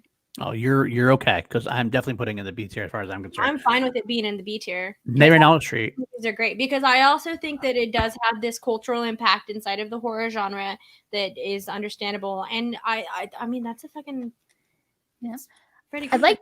I'd like to say with my arguments, though, is that I would put it above The Mummy, The Hangover, well, maybe not The Mummy, but Hangover, Nightmare, like those ones. But I would not put it, I would be fine there, but I wouldn't put it in front of Twilight because I would have all those movies 2 or 3 tiers down. Mm-hmm. So therefore, that's why it's feels weird at being that. You watch yourself. That's what's going to happen. You watch yourself. Put it back, Paul. You guys have been winning this entire thing. Yeah. I'm even fine with Twilight moving up at some point because that ain't gonna happen. There's no way it's moving up. It's only gonna move down at this point. That's all I can say about that. Nightmare on Elm Street. Let me just. So we're talking about Nightmare on Elm Street, not Twilight. Nightmare on Elm Street. I don't know. I'm leaving here because I love the Nightmare on Elm Street franchise. The first Nightmare on Elm Street is one of my favorite horror movies of all time. And Nightmare on Elm Street Part 3 is one of my second. They go to my other top tier horror films of all time. The remake does hurt it. I almost like forget it even exists because even though as much as I love Jackie Earle Haley, there's only one Freddy Krueger, and that's Robert Englund. Mhm. Now I agree 4 and 5. Well, Sargers has 4, 5, and 6 are forgettable. I don't think that's exactly true. 6 is weird and out there. 4 and 5 are definitely a step down. 2 is the most ironic film of all. Ironic's not even the right word. It's the most weirdly divisive film of all time because it's just like I don't know if you know the mythology about it, but like it basically meant to be like a homoerotic movie, and like the guy cast was like he did like these girlish screams and like feminine, and it's a big in the gay culture. A lot of people just love that movie for that reason. I never even saw that growing up. I didn't get it until much later on, until I saw it as an adult again. Because I saw these actually, funny enough, as a kid. I actually saw a lot of these horror movies as a kid. But again, yeah, William Harrel's is about too. One of my favorite movies. As a third really strong a horror movie for me. When Wes Craven came back and did A New Nightmare, it was very much against the typical horror movies at the time. He made it very meta. It's really actually the precursor. I think without New Nightmare, I don't think you get Scream. Let's put it that way. That's how much of an influence is. I gotta put it at least in the B tier range. I would put it above Kung Fu Panda. I'm fine with that. Well, I'm okay with that, but like I said, that's not saying much for me. I want to put it above Bond. I think that Nightmare almost has a not quite as high a cultural impact, but it has a high enough cultural impact where everybody knows who Freddy Krueger is. Right? You put the knives in the hands and everything else, you think it's either Wolverine or Freddy Krueger. I like it better than Harry Potter. I'm fine with that also. I like it better than Spider-Man. I will fight you there. Yeah, I think it's fine right there. You're already pushing it with the Harry Potter with me, but not Spider-Man. Because what you're also putting it above, and that is into the Spider-Verse, and I can't do that. Yeah, I agree. You can't do that. It's not better than Into the Spider-Verse. It's not. Mm-mm. It's not. It's not, Paul. I'm sorry. That's just not where it is. It's just not. So. See, we're seeing who's really in charge here. Paul's list. It's not our list. It's not our list. You're outnumbered 2-1, and you're ignoring us. So this isn't our list. I can't hear you. You guys are having technical difficulties. I can't hear you. Let's get to some softballs. Fine, I'll put it between Spider-Man and Harry Potter that you guys probably, but I'm gonna say they're garbage. All right, here's an interesting one. Jason Bourne. Jason Bourne. I've only seen the first one. That'd be kind of cool. First one, and I cannot remember it very well, so I have no opinion on Jason Bourne. So I've seen, I believe, the first 3. Those are really the only ones worth seeing. It's when they switched to Jeremy Renner. I think that's when I kind of stopped. So anything after that, I haven't watched. Or that. Well, there's just that one, and the only one above that is Jason Bourne when Damon came back for the 5th one. Yeah, so I haven't seen those 2. Spoiler alert. Yeah, say outvoted me. I get it. Where's Jarvi when I need him? Damn you, Jarvi, for not feeling good. I can't. It's so hard to go off of this list because it's just pure chaos to me. I have it, I guess, before The Mummy. I guess. Okay. I mean, I have it before The Mummy, but I don't. I also have it behind Harry Potter and Spider-Man, but I have it before. Yeah, so I guess that's where. I have no opinion on this, and I'm gonna y'all put it wherever you want to put it. I have absolutely no opinion on this, and I will be fine with wherever it goes because I trust your opinion on it. Okay, I'm gonna talk this out. If it was just the original trilogy, the first 3 films in the franchise, it would be A tier. That's how good these 3 films are. Again, it's probably one of the best action trilogies of all time. The first one is one of my favorite action movies of all time, and the second 2 are up there. The Renner movie is underrated, but it doesn't do much culturally. I know a lot of people didn't like it. I actually thought it was pretty decent, and surprisingly enough, Colin agrees with me with that. He likes Renners. I get that. That's right where I put it. I see. The 5th one is very forgettable. Actually, there's one time I agree with Ben and Drew about that. Like there's this one sequence where Damon comes in the trailer. Damon comes in and just knock cold cocks guy out. And it's awesome. But with those second 2, I got to say it's above C tier. I got to say it's at least. I think it's better than Kung Fu Panda overall. Well, I do too, but I know, but I think it's better than. I actually like it better than Bond. I think it has a better ratio.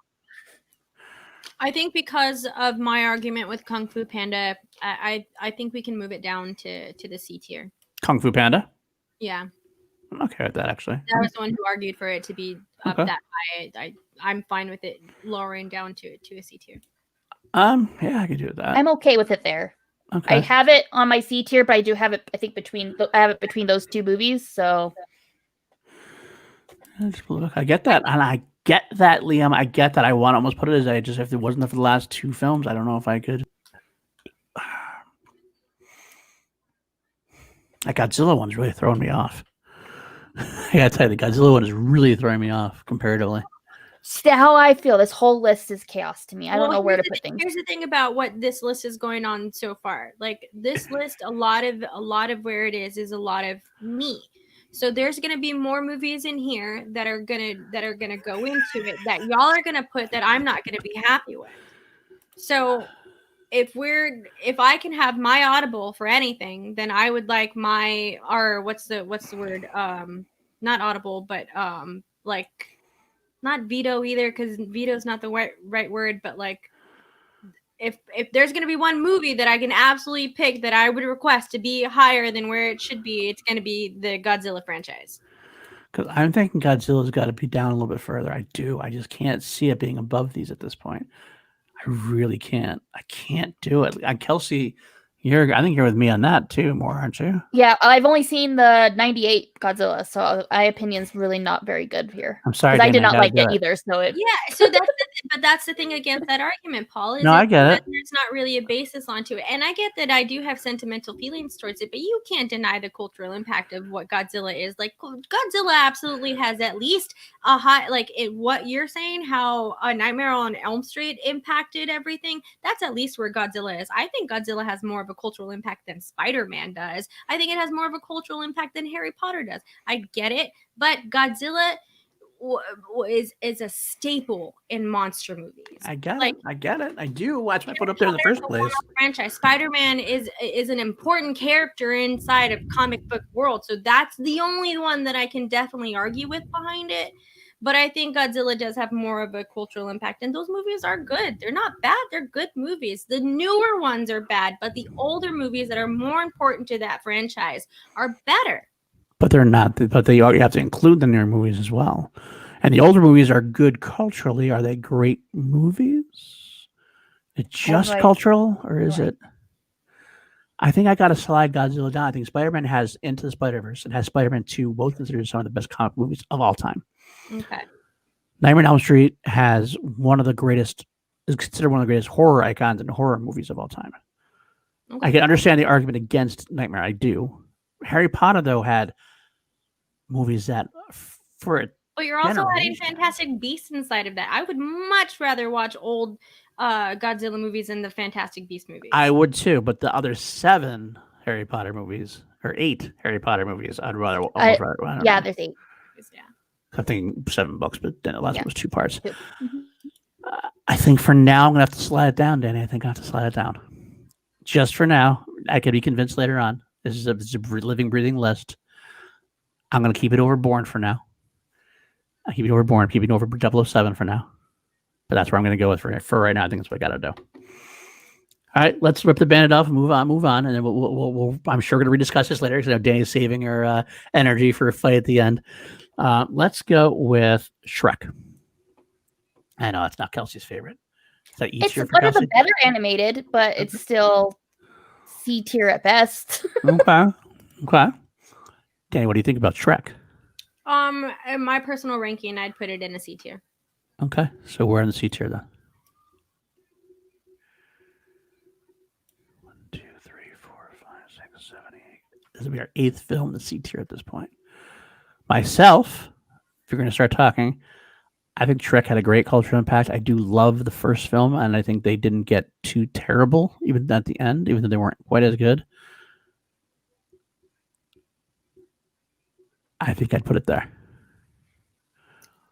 I could be convinced to go up above The Mummy. I could be convinced. I'm fine with that. I like it better than Kung Fu Panda by a lot, but I also like it less than The Mummy. So yeah, I kind of want to move. I feel like we should move something from the C tier to the D tier, and the movie that I want to do that with is Night at the Museum, because I can't judge those because I've only seen the first one, so I can't really judge those. And I don't like them. Yeah. So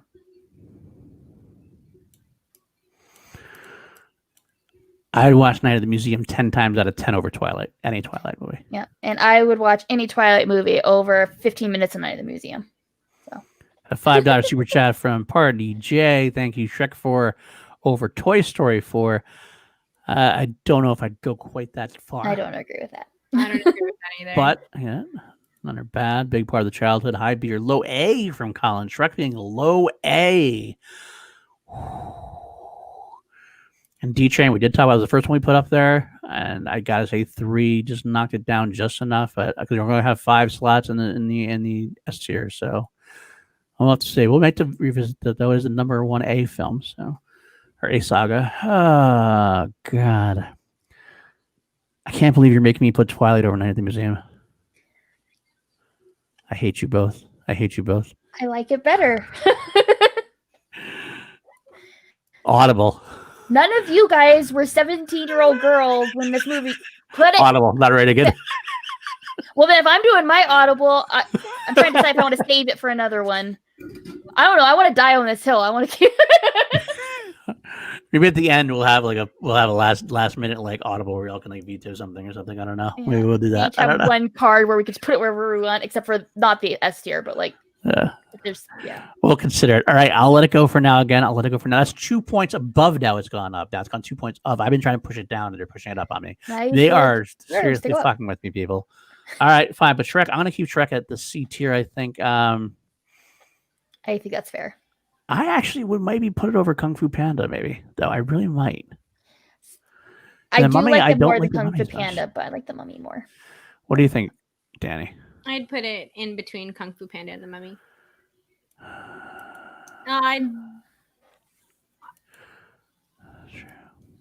Yeah.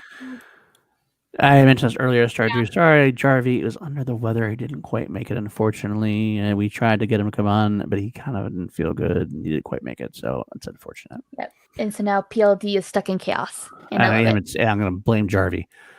No, definitely. Yes! Fuck no. Fuck no. I am trying so hard not to use my authority here, but I'm going to. But I feel like high C tier is where it belongs, but.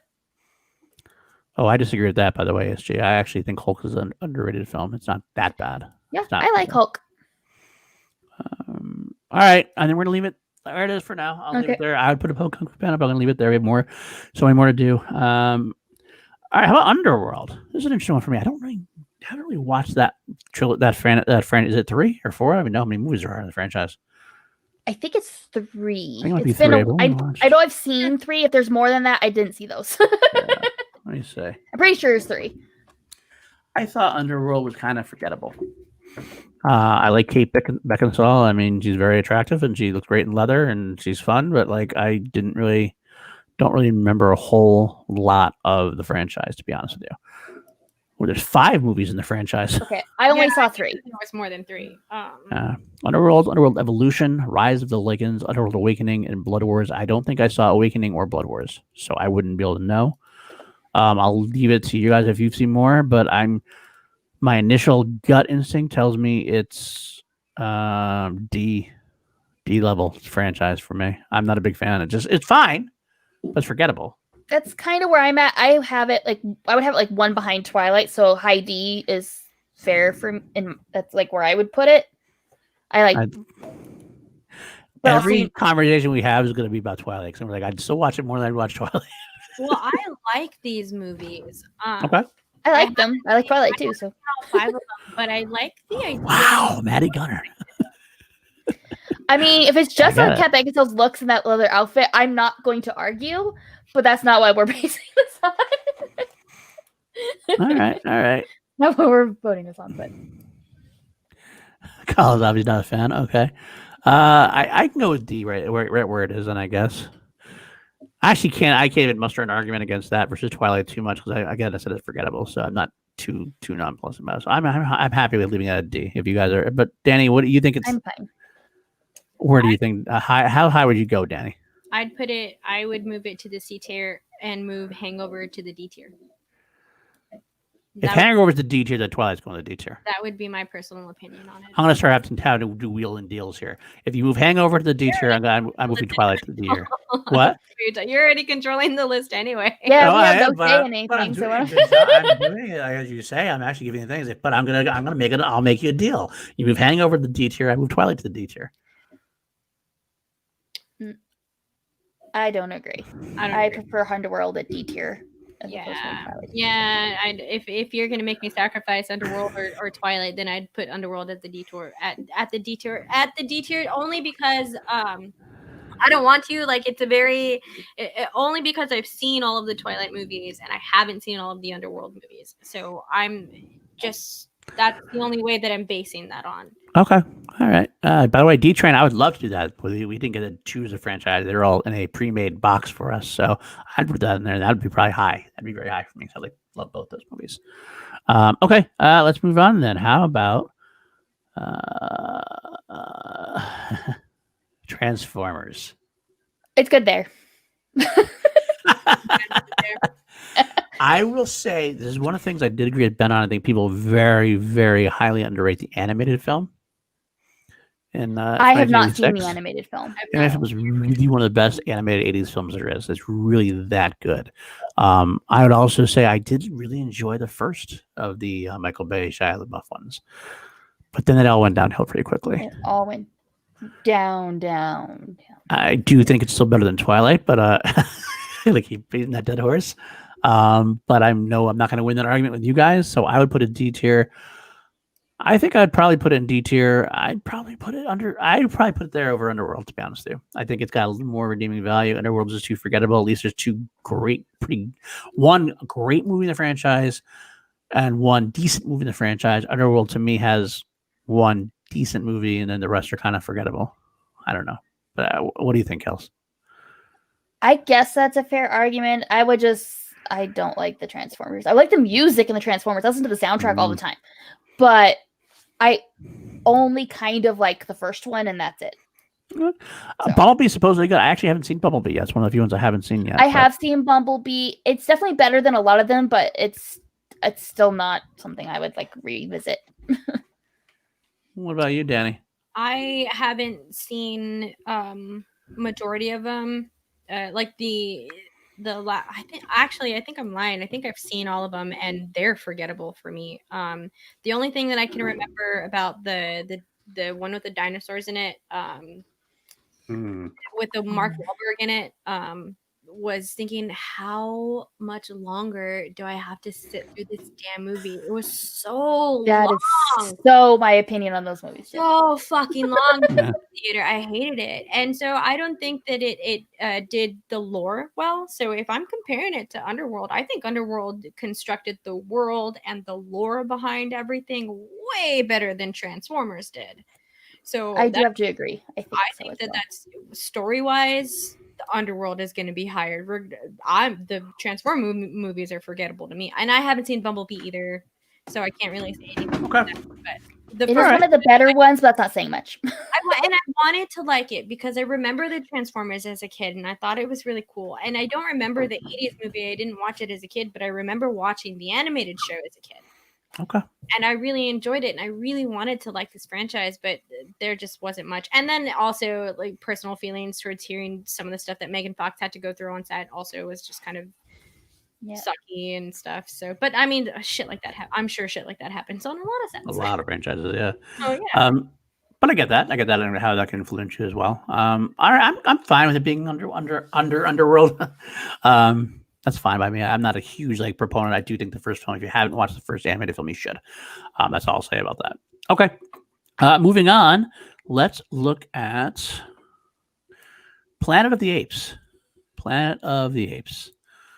Now, this is another one where the old ones are interesting comparatively. Yeah. You have the Tim Burton one, which is not very good. And you have three that are probably one of the greatest trilogies of recent times. So where does it all shake out? This is Planet of the Apes is the exact same argument for Godzilla because it's the exact same thing that I would do with my grandfather. I watched a bunch of older movies like that with my grandpa, and Planet of the Apes was his favorite franchise. So I've seen every single Planet of the Apes movie. I love all of those movies. I don't like the Tim Burton ones. It was, man, I can't even explain like how low my heart sank at the end of fucking watching. I don't know. I don't even want to talk about it. So that's what bums me out about it. But I have also, I love these movies. The older movies are great. I don't give a shit what anyone says. Those old movies are great.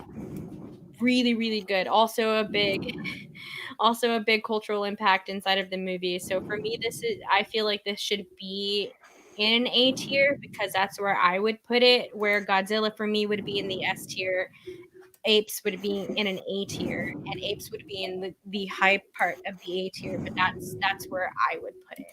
Wow. I love these movies. I genuinely do. I do, and I think what they did with the newer movies was just freaking fantastic, man. Andy Serkis is a genius. Okay. All right, Kelsey, I want to listen to you. But I'm going to throw something in here and see what you do first. Okay. I'm going to go. That's where I would put it. I think initially, because I do think it is. Danny's argument wins a little bit. That it is that culturally relevant. The original film is phenomenal. The trilogy, like I said, is one of my favorite trilogies of the last 10, 15 years. I can't knock it for one bad film for Burton. Mm-hmm. And I know there are some films of the original saga that definitely petered out and was not that good because they got cheaper and cheaper as they went on.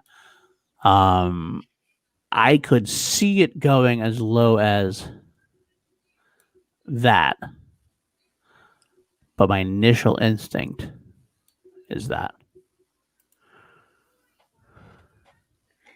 Are you ready for my opinion? Yeah, I'm ready. Go ahead. All right. I love the new trilogy. I think they're beautiful movies. They're perfect. It's almost a perfect trilogy, maybe even perfect trilogy. The Tim Burton one creeps me out where I couldn't finish it. Like it literally just made me like my skin crawl. I'm like it just bothered me, and I'm not into the older ones. I would have it either. I'd be okay with it B tier, maybe either before or after Nightmare. But I wouldn't have it A tier. I'd have it high B.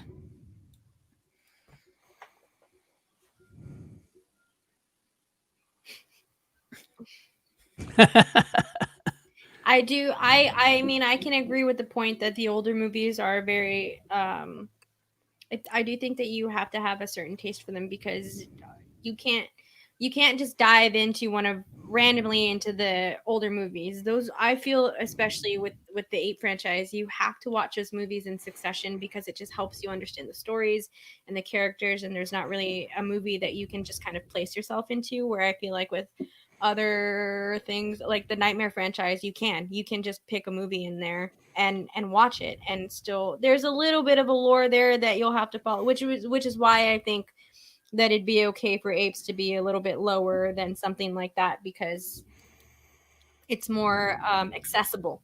Nightmare is a little bit more accessible to people than Apes might be. So I don't know. I get it.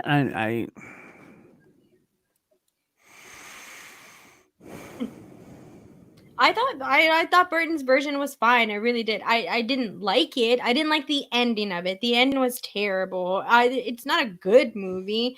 Mark Wahlberg. I hated Mark Wahlberg in that movie. Absolutely. But I think that there are some good things from the movies, and I didn't mind the costumes. I thought the makeup was fine. It really didn't off-put me too much. But I can understand where it does come off as creepy.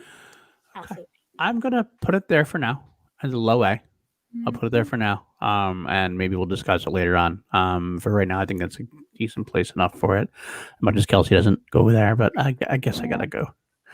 Danny with Danny's higher ranking, and I gotta agree with that a little bit too. So I think we're gonna have to do that. Okay, let's move on. Resident Evil. Being higher than Godzilla. Of course it does. Resident Evil. I've not seen any of them. I've seen clips of the movies, but I haven't watched them. I played the video games. I've only seen the first one, and I can't. Oh God, then we're in trouble. Then I was actually going to bank on Jarvi. Jarvi was telling me he saw them and everything else. I saw them. I think I saw all of them, but they're kind of in the same category as Underworld for me. They're very forgettable. I think they do have their fans, but I would probably I put it there myself because I would watch it over Alvin anytime. I'd just watch them. They're movies that I'm interested in. Like I would like to go and watch those movies. I just to see what they're about. But all right, they're all saying E, by the way, which is fine. But we don't have an E yet, but we'll get there as you push things down. So that's why I'm comfortable putting it in D for now. I don't like Alvin, so I don't like Alvin at all. So I'm going to go with D for that, right where it is for now. I think it's a good place for it. All right, let's move on. There's a lot of people in the chat. Oh, first two are good. All right. How about, I think this will be an interesting one. Pirates of the Caribbean. I thought it was interesting listening to the guys talk about this because I feel like they put it higher than where I would put it. I think the franchise is great. I do love it. Also, this has a weird sentimental value to me. My very first high school sweetheart. This was the first movie that we went on our first date on, and every year that a new Pirates would come out, we would go and watch it. So that's that. I think that they're fine movies. But I don't think that they're like great movies. I would still put it in C tier. C tier. Okay. Kelsey, what are your thoughts? I would put it before Underworld, after Twilight, or maybe before Twilight, but no higher than that. I only like the first one, and they just go down here from here, and the jokes that I liked in the first one get really old by the second and third one. You know what I mean? So it's just they're fine. Like both put it lower. All right. Let's see. B, C. At least somebody agrees. I feel like all my opinions get vetoed, but it's fine. Well, let's see. Danny only C for Crow. I don't know. The first Pirates movie was a phenomenal movie. It's one of my favorite films of the 2000s. I actually think it's a perfect movie. It's a fun adventure. It is exactly what it's supposed to do. And introduce us now. People talk all they want about Johnny Depp and Captain Jack Sparrow and how much he beat it to death, but that introduction of that character, where he got an Oscar nomination for it, I mean, that was something else back in the time. You can argue with me that he killed it, but if you take that one movie, it's phenomenal. Now, they definitely got progressively worse as they went on, to the point where it's kind of ridiculous. And I know they're making another one. I don't know. I like it a lot. Basing things off of one movie, though. You're right. You're absolutely right. Although I do like the franchise better than a lot of people do. Even like the worst ones that are progressively worse, I actually still like them. They do have some cultural impact. I think I gotta put it. I'd say it's C tier. I just don't know where yet. Definitely higher than Twilight. Definitely higher than Narnia. This is my own thing. I know. I do agree above Narnia, but Hangover. I think we can move Narnia down to D tier. You guys are killing me. I'm not moving Twilight up another point. Yes. I would put if Narnia goes to D tier, then Twilight definitely goes to D tier. I'll move them both down. Well, I'll move them both down. I will do that. Where are my feelings? I will definitely do that. If you want to move Narnia down, I'd like to point out, really, that's the only movie that's sort of even close to where I've put it for the most part. Everything else, I've said my opinion, and then you've gone with your guys' opinion, sort of. So please don't move Twilight down to the D tier. It's going to go down to D tier eventually because there's going to be more films that are sick. I want to move Twilight down. That's why I'm hesitant. Yeah, I know. To do what I want to say because I want to PLD Twilight down. Like, so. There's only 9 movies per tier, so it's going to go down eventually anyway, I think. Yeah, then let's just play that across the fine. to get there, I guess. All right, that's fine. I hate those films so much. All right, well, what about, where else would you put it? That's above fine. Hangover? I hate a lot of those other movies. I would put it above the I'd put it above the Hangover. How about the Mummy? I don't know. I would put Behind the Mummy. Yeah, I'd put it Behind the Mummy. Behind the Mummy. Yeah. I love those movies. I'm so glad Kelsey feels the same way about those movies. I love those movies. So I'm in the mood to watch one now. Actually, I know. Thank you, Jordan. All right. Jesus. I got it. All right. I'll leave that there. I'll leave it below the Mummy. I do think, honestly, I would put Pirates above the Mummy. I would put Pirates. I'd maybe even put it above Shrek, but I'm comfortable with it being in the C tier. It is a great first film, but you are right. I got to stay true to my own words, and then I can't count it all on the first film. So, all right, I'll do that. That's fine. How about, let's see,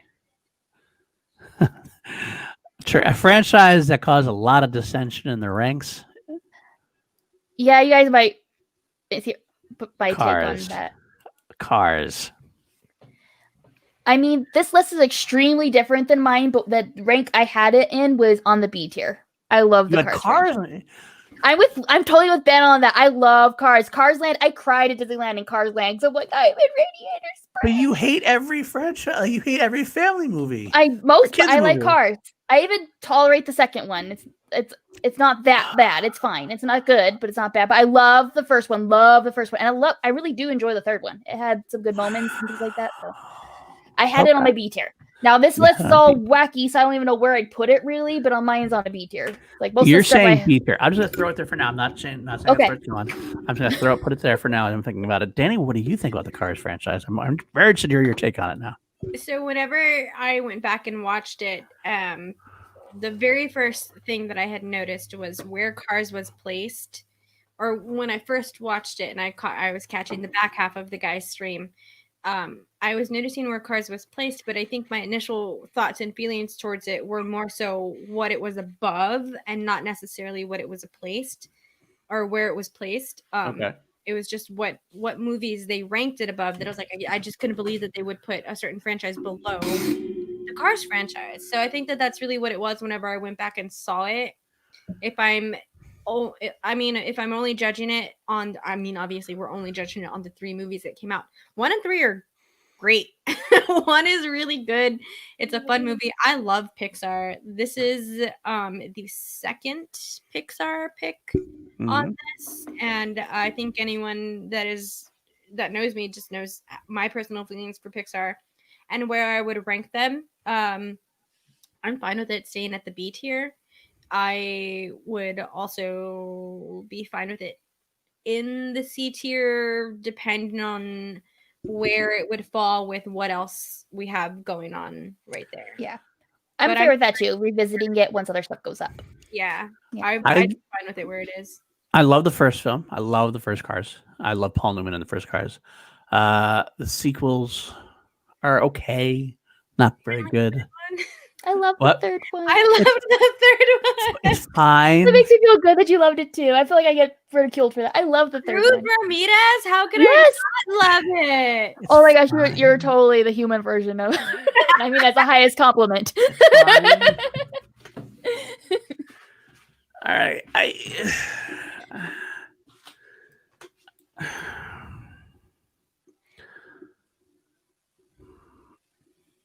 All right, I'll leave it there for now. Personally, I might have done this personally, to be honest with you. Well, no, probably. I would definitely somewhere in that range. This is where I put it. I really would. Put it what? I'd put it above Shrek and Kung Fu Panda. Oops. Yeah, any day of the we heard over those were on my list, but any day of the week I'd watch it better than almost anything below. Okay. It, so. I'll say low B tier for now, but I think that one might be pushed down, but we'll find out.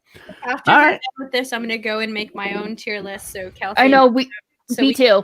Where ours were and like what they are whenever we finish. Right, you guys are going to be like, Kelsey's is very different.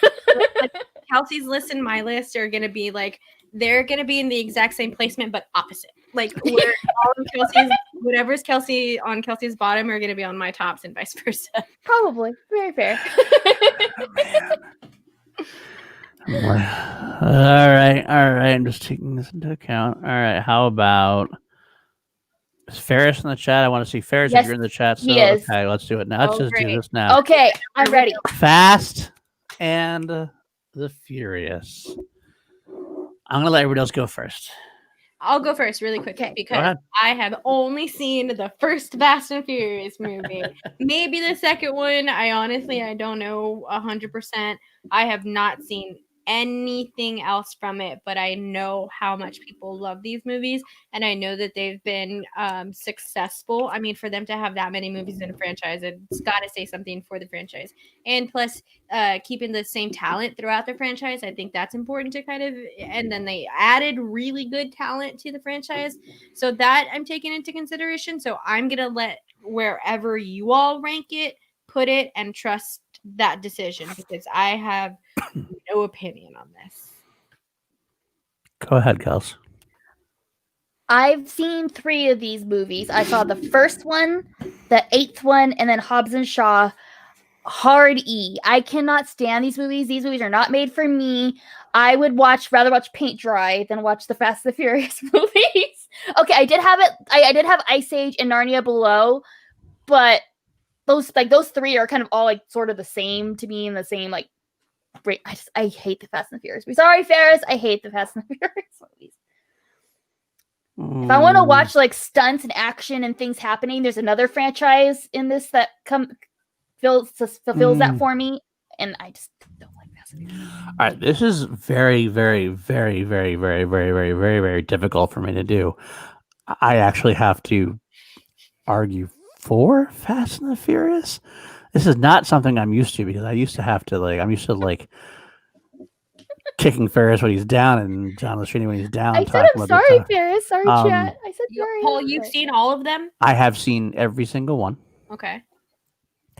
I do shit on them a lot, although I will admit in here now, and they're going to clip it out later, I'm sure that I shit on it more than they need to be shit on, just because I want to bust on Ferris. I do think that Point Break is a superior. That's not a joke when I say that. I think Point Break is far superior than Fast and Furious. I agree by a lot. But Fast and Furious 1 is a decent movie. 2 and 3 are pieces of shite. 4, 5, and 6. 4 is good. 5 through 7 are pretty damn good. 5 through 7 are fun. 8 I didn't love. Hobbs and Shaw I actually had a soft spot for. I really think they are, to a degree, somewhat getting better as they go along, but they're definitely, in terms of their superhero films, more than they are. They've changed so much what the films started out as. God, I can't put it. I won't put it in an E tier. I can't do that. I can't put it in E tier. It's not. They're just, culturally speaking alone, they're the big. It's the biggest. It might be the biggest selling franchise in the world. And that's why I worry about our planet. Except for the MCU. The MCU is probably more. They're going to space, Kelsey. So now you got to worry about. It's always Mission Impossible, and that's the one I was referring to. That if I want to watch action and like random like jumping off of buildings, things, I'm gonna watch Mission Impossible. Okay, I agree. I will pick a Mission Impossible film over the Fast and Furious anytime. I will totally get you there. It's definitely better than anything in the D tier, though. We're talking about C. I think I heard it. It's much better than the Twilight saga. It's better than Narnia. It's better than Narnia, but it's better than Hangover. It's got better films than the Pirates of the Caribbean.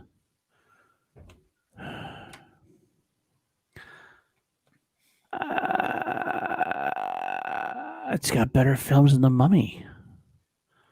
It's got a lot. I mean, The Mummy has the one great film. There two are fine, but I think the Fast and Furious has a couple of really good fun ones.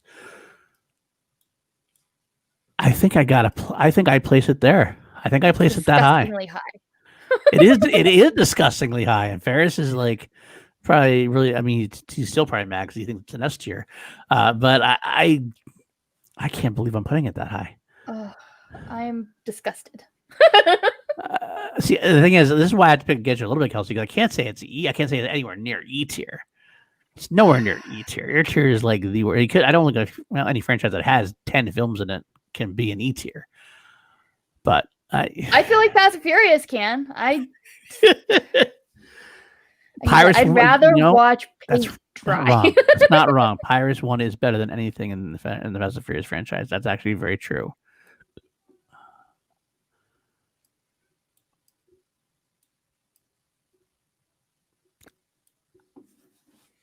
I can put it there.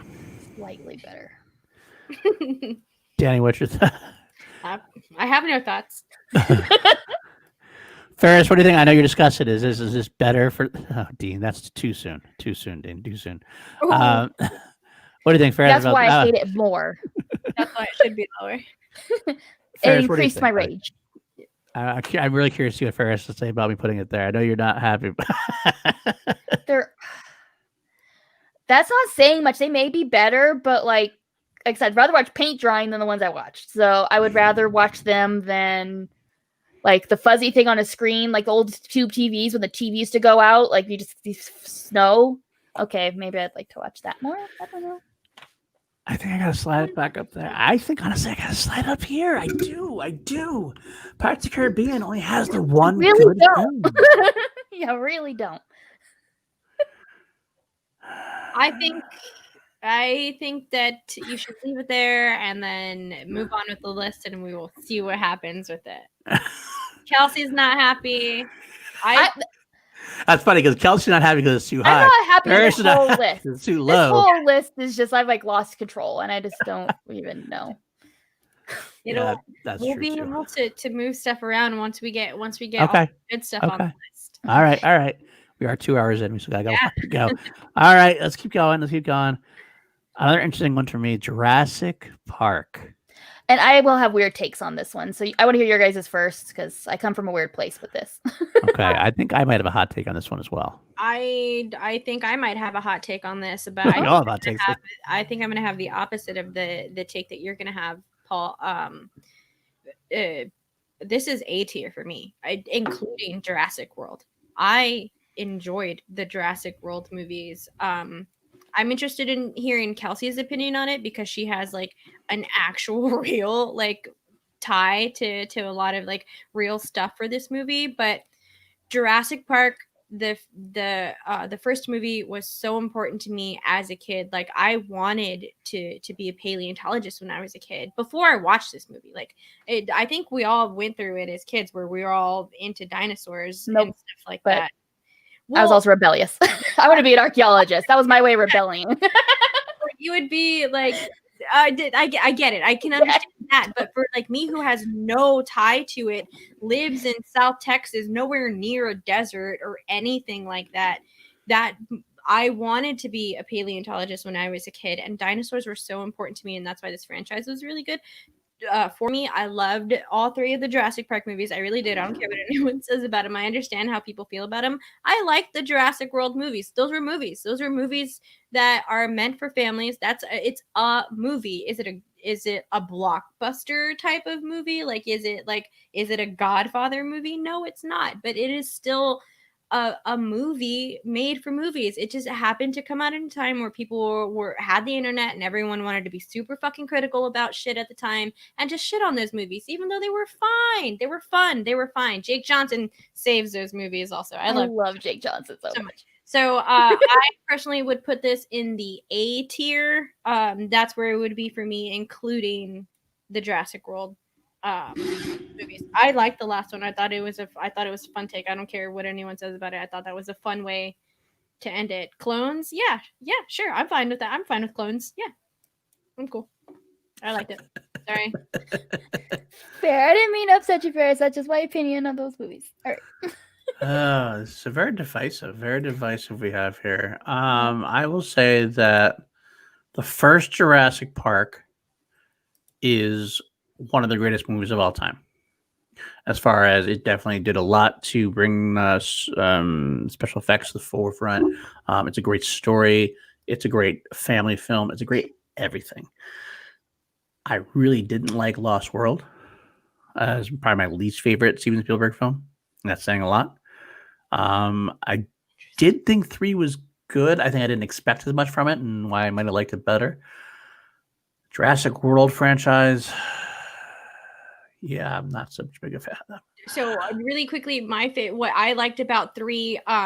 So if anyone has read the books, Jurassic Park and the Lost World books, there's a lot of stuff that they omitted from Jurassic Park for the movie that they actually kind of put back into 3, and that's what made me love the stuff about 3, like the pterodactyl dome. Yep. that shit, like as soon as I saw it, like I flipped my shit in the movie theater. Like you wouldn't even believe it. I actually did. Was like I was a Leonardo DiCaprio meme for that. So that's kind of why I enjoyed 3, because they brought some book stuff to it in the movies, even though it wasn't really. It's not like real Easter eggs, I guess you could say. I think it's just cute little winks for anyone that read the book. So. Right. Okay, here's my initial thoughts. But I really want to hear Kelsey's thoughts on it too. I mean, I have a Kelsey rant, sort of, but it Okay. justifies how I feel wait. about it. Go ahead. Okay. So if you may or may not know in the chat, my dad is a paleontologist. He digs dinosaurs for a living. I've dug dinosaurs. I've been on the actual dig sites. I have fossils named after me and things. So I'm very tightly attached to these movies. Jurassic Park shows very bad science and portrays it as real science. Now, the Jurassic World movies say, oh, we're just genetically engineering things to make them look how we want. They own it, if that makes sense. They're like, we're not doing real science here. We're just playing them up to make them look prettier for the like. So I actually prefer those movies for that reason, because it's at least owning that it's not real. Dinosaurs do not have amphibian DNA at all. So the whole thing about taking DNA from frogs is really dumb. That's my favorite scene. I mean, like birds. Birds are where they should have taken the DNA from. Dinosaurs are birds. They're in the same tree. Reptiles and birds are in the same tree scientifically. Anyways, I'm getting really scientific with this. But there's so many things wrong with that movie that then, therefore, I don't know. It just made me have a hard time liking certain things about it. And then also as a childhood kid, I spent a lot of time arguing with kids on the playground. They're like, those are velociraptors. I'm like, actually, no, those are Utahraptors that my dad had a part in discovering. Anyways, as a franchise, I would put them high B, but I just have a hard time with that franchise. But it's very personal. It's very personal. Like how you were with Godzilla and things like that. Like you have very close personal ties. Like that's how I'm a Jurassic Park. Like I have very personal opinions that scar my opinion on them. All right. So what your placing was what? I didn't quite hear the high B. I'd probably put it right before Harry Potter. So like right like. And Danny, where do you say? I put it in an A tier, and that's just my opinion on it.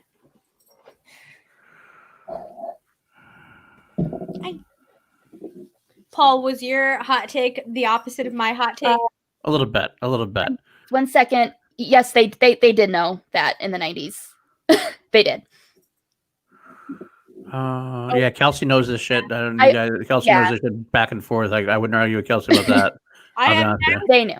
I remember knowing that that's what was similar about them. Knowing that dinosaurs could have even had feathers.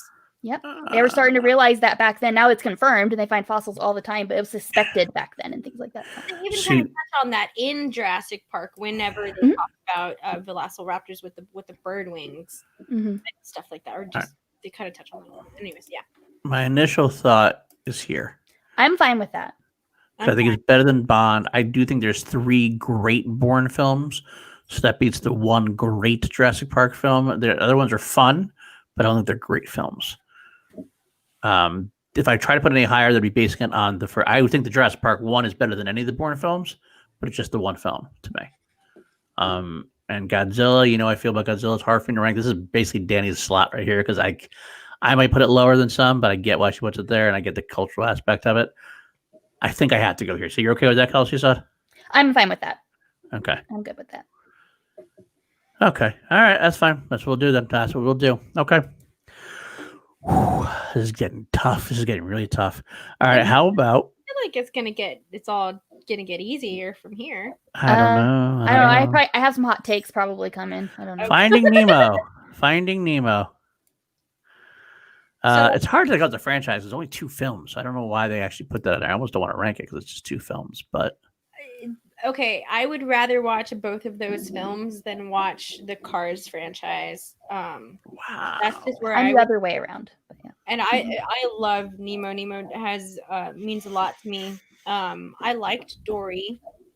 I really did think I really thought it was fine. So I guess if I'm just looking at it like percentage wise, I would watch 100% of the Nemo franchise, and I would watch just 2 out of 3 of the Cars movies. So, but again, I don't see why this is being ranked. because there's Yeah. only 2 movies. I agree.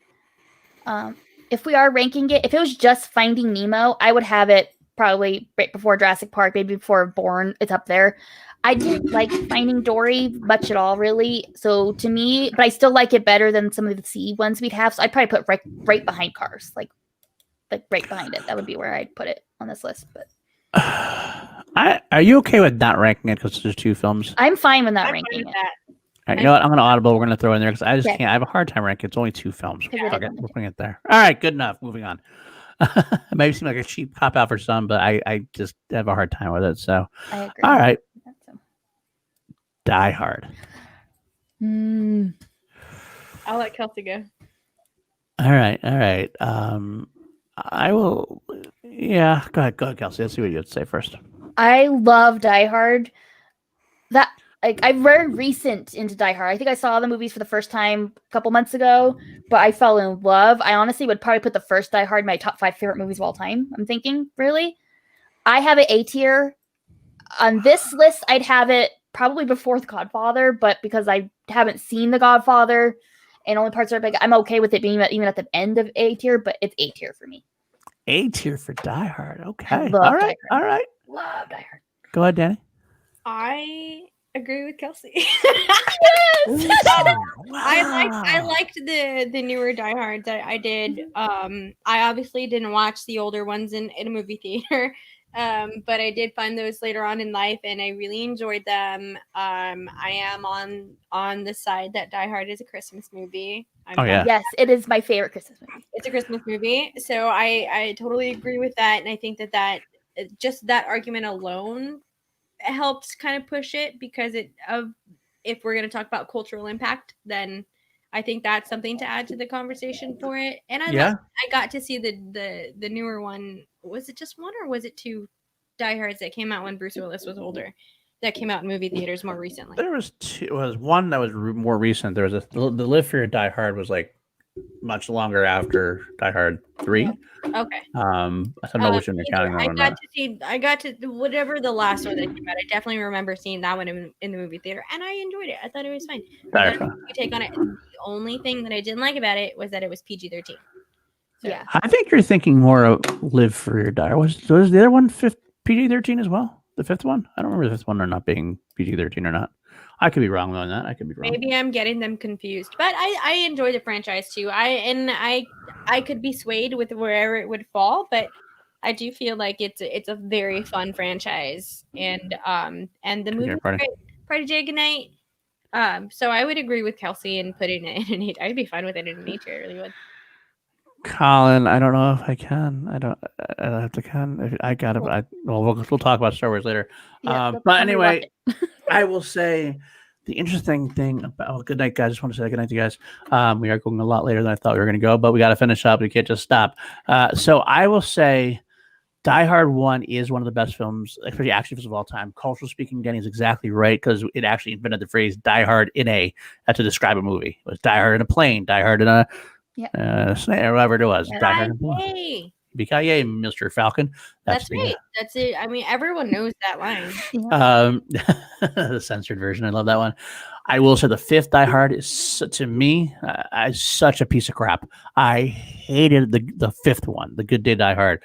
I think you might be thinking of the PG-13 Die Hard 4, Live Free Die Hard, which I did like a lot. I did think so. I liked it. Yeah. The one with Justin Long and Kevin Smith? Yes. Okay, that's the 4th one then. Okay. 5th one, you don't need to say. The 5th one actually is Bruce Willis cashing a paycheck, and that's all it is. And it's so horrible. It's like this, like he becomes like a superhero type character. Like Die Hard's always about the Which one is the one where he shoots himself in the shoulder? That's 4, right?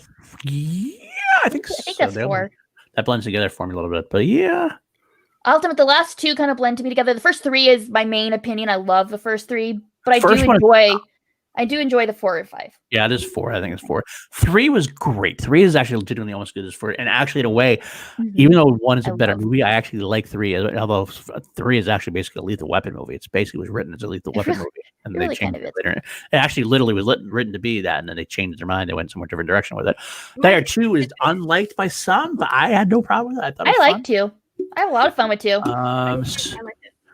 So I will say it's definitely high. You're saying A tier. I think I could put it in the A tier as well for that because the fifth one knocked it down a lot, but the first four are so good that I think I can almost excuse it and forget that the fifth one doesn't exist. But I think if we're putting The Godfather, including The Godfather 3 in the A tier, then I think that that's fine to put Die Hard in the A tier as well. If we're giving Godfather 3 that pass. I'd put it higher than Planet of the Apes.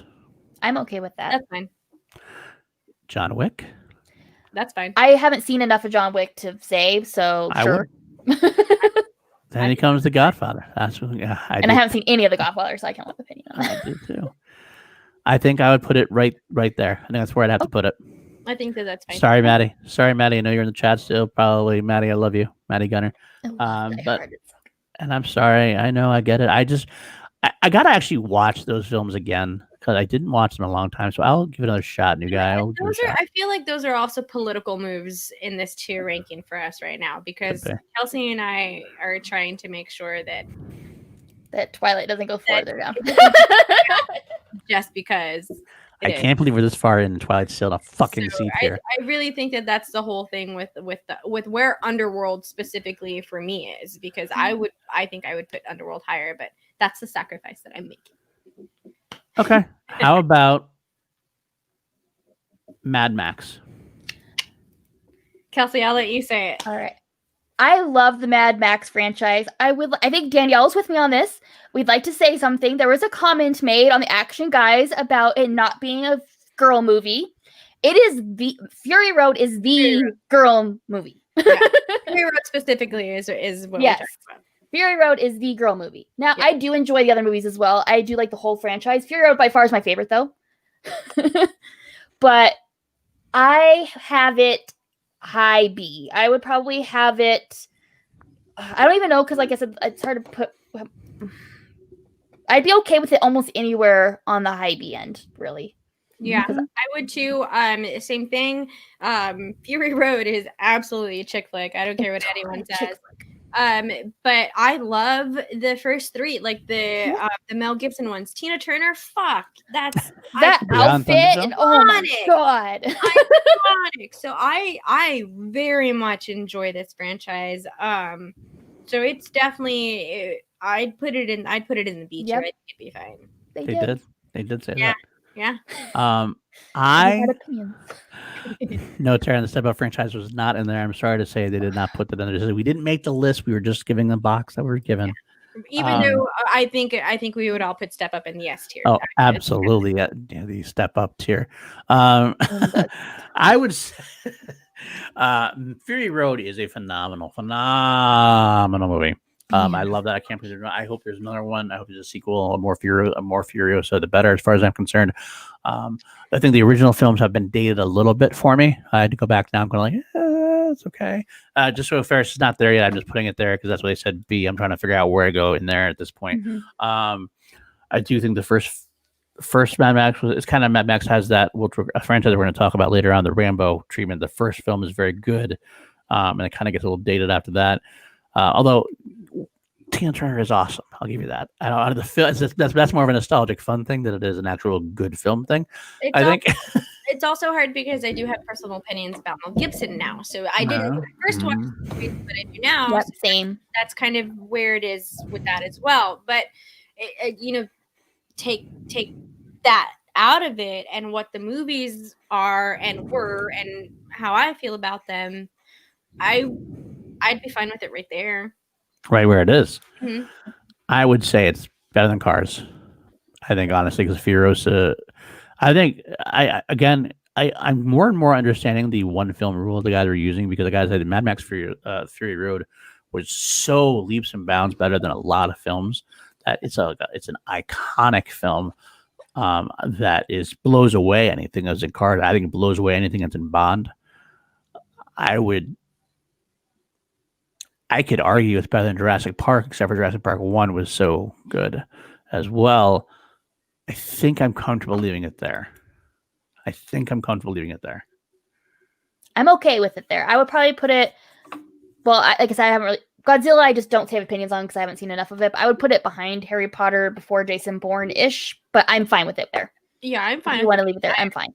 I'm fine with it being higher than where it is, but I'm fine with it there as well. I'm also going to do something that I don't want to do, but I think is necessary because I know this is partially me. As much as I love Nightmare on Elm Street, the more I think about it, I think I got to bump that down a little bit. It is an iconic character. It's a great film, but there is a lot of schlock in it as well. That's definitely more guilty pleasure type stuff than anything else. So I can't see all these movies above it. I think I want to move Nightmare down. I think I want to move it down to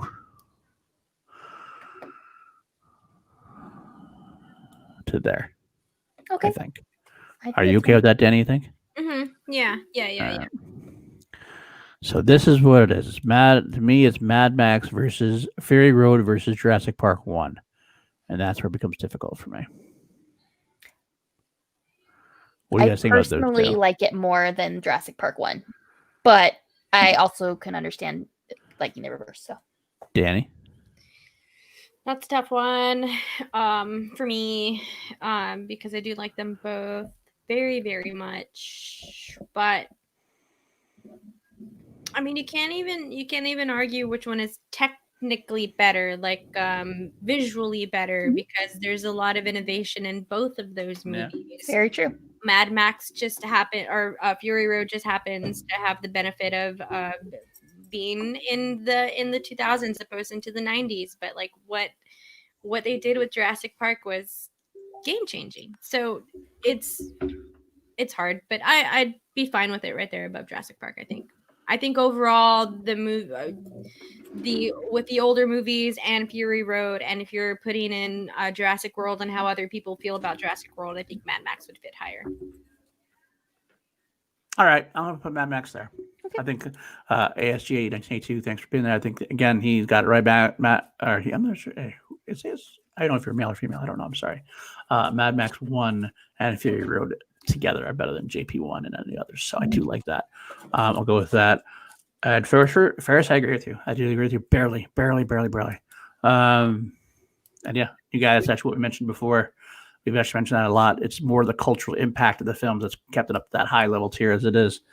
All right, let's move on then. How about Meet the Fockers? I have no opinion. I've only seen Meet the Parents. Honestly, I only have seen the first two. If there's more than two, I don't know. Let's see. Meet the Parents franchise. Yeah. There are. There's three, and I have seen all of them. There's Meet the Parents, Meet the Fockers, and Little Fockers, which is about the kids. Yeah. Mm-hmm. And that has Barbara Streisand in it, right? She's in the she's in the Meet the Fockers. Yeah. I think she's in it briefly in Little Fockers too, if I remember. It's been a bit since I've seen that one. I watch Meet the Fockers all the time. I love that movie. I've only seen Meet the Parents, so I really can't judge. If we're going off of comedies, like comparing it to other comedies, I like it better than the whole I like this franchise better than Hangover franchise. Interesting. It's fine. I like it better than the Hangover franchise personally. I have a hard time discussing this, to be honest with you. I think that I'm not as big a fan of this franchise as other people are. Any of these films, like they're fine. I don't ever seek to watch them. I'd actually watch Hangover 1 over any of the Fockers, to be honest with you. But they're I think I'd slide them to Hangover to just under Hangover over Ice Age. But if you want to put it above Hangover, I could do it. I could go above Hangover if you wanted to. I'm okay with either. If Danielle has any sort of opinion, either way. But I like it better than the Hangover. I feel like I might try to watch those movies before I'd watch the Hangover movies, but I also don't necessarily have an opinion on it. All right, I'll put it above Hangover. That's fine. Which means that Twilight gets bumped down to a D level at this point. Let's move on real quick before that changes their mind. We're going to say we'll go into...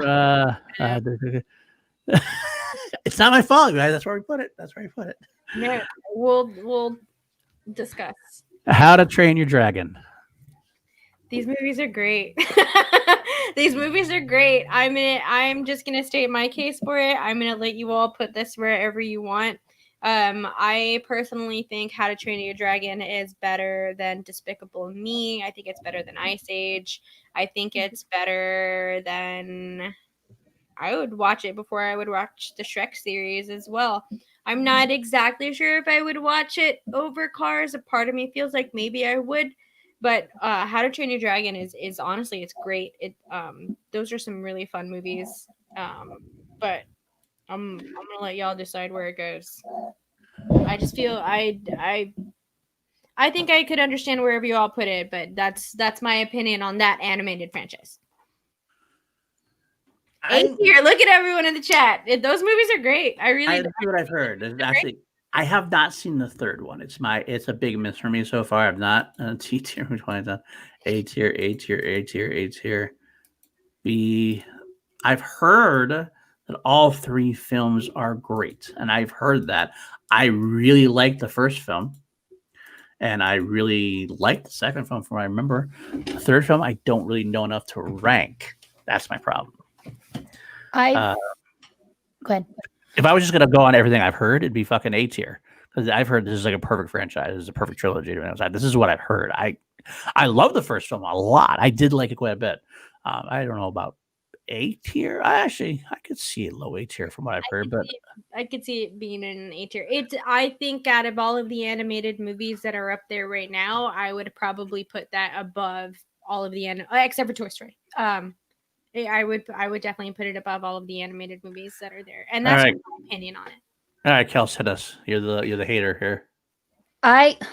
Mean. She hates family franchise animated. She said that. She said it many times. I also have this, pretty much directly behind Cars. I like it more than Kung Fu Panda, Shrek, all of those. The only reason I have Cars before that is like if we're looking at a levels, like How to Train Your Dragon franchise is here. Cars to me is first one here, second one here, third one here, and it averages just a little bit more, if that makes sense. To me, the three's more consistent. I mean, the three of How to Train Your Dragon is more consistent, but the highs of Cars to me is higher. So that's where I mentally put it, is between Cars and Kung Fu Panda. But I can see you guys putting it higher. I just like Cars better, personally. It's hard for me. It's really hard for me. I like it so much that I like the first one so much that I would definitely put that above Cars. And like the second one at least as well as Cars. So I think I would have to put it above Cars. I think I had to put it above Bond. I get dicey for this for me, because I don't know, because I know Nightmare very well, and I know Nightmare is one of my big ones, and that's why it's up there high. But Jurassic I wouldn't put it before Jurassic Park personally, and that's me with my opinions on Jurassic Park. And you're okay with being A tier, Danny?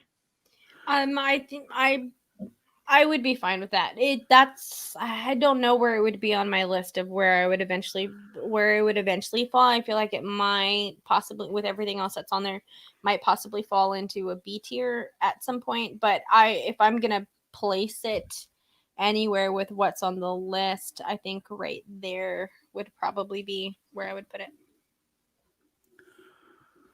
Okay.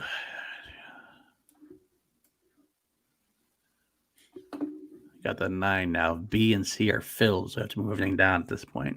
Okay. All right. I'll go with that for now. This might be low for some people. I know a lot of people in chat have said good.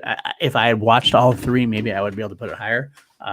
So every list is going to have its asterisks because nobody's seen every movie. It's just the way of the world sometimes. So some people maybe quiz show has. I don't know. But all right, let's move on then. We're 2.5 hours in. Got a few left to go. How about Star Trek? I've never seen any of that. I've Never only seen any Star Trek. I've seen the newer ones. Anything that's made in the 2000s. All of the older movies, I've never seen them. I have no frame of reference for anything for Star Wars, anything else. So I'm gonna let you all put this wherever. I've seen the new ones, and I saw Star Trek the movie, the first one. Star Trek's just not my thing. It's just I've tried. My dad loves Star Trek. Like he's tried to make that our bonding thing, like so hard, and it just hasn't worked. It's just so let me see. I don't even have my list pulled up anymore. I had it kind of where I had it like right behind Pirates of the Caribbean. It's kind of where. Okay. I will say that I have seen all the Star Treks. I think Star Trek is a great franchise, culturally impactful, but I do have the argument against it that most of its cultural impact initially came from television, not from the movies. It's mostly known for Star Trek, the original series, and Star Trek, the Next Generation, among some of the other franchises, TV, Deep Space Nine, Voyager, etc. The Star Trek original cast movies, where like every other one was kind of good for the most part. I think Star Trek the movie motion picture was boring as hell. I did like 2 through 4, 5 was okay, 6 was great. The Next Generation movies had some some good and bad. I love Star Trek 2009. I wish Brandon Hanna was here right now. He'd be happy. I think it's probably an S tier for Brandon Hanna, but he's not here. I do love a lot of the franchise, and I can't deny its cultural impact. I even love the rest of. I even actually like the rest of the 2009 version, even the whole trilogy. I know a lot of them, the second 2 movies in the trilogy don't get as much love, but there is some great company. Yeah. That's actually one thing I should say. That the Con did have a lot of impact as a movie. That's very true. I'm not familiar with the franchise, and I knew all about Con before the Benedict Cumberbatch version of it. That's the actor that I'm thinking of, right? Yeah. Or the original one, the 1982 film. So there's a lot of stuff that I know about Star Trek just from the fucking zeitgeist. So yeah. First Contact was the best of the Next Generation cast films. But I think it's one of those things that the cultural impact and everything in the cast and were better than the films themselves. I think I gotta put it.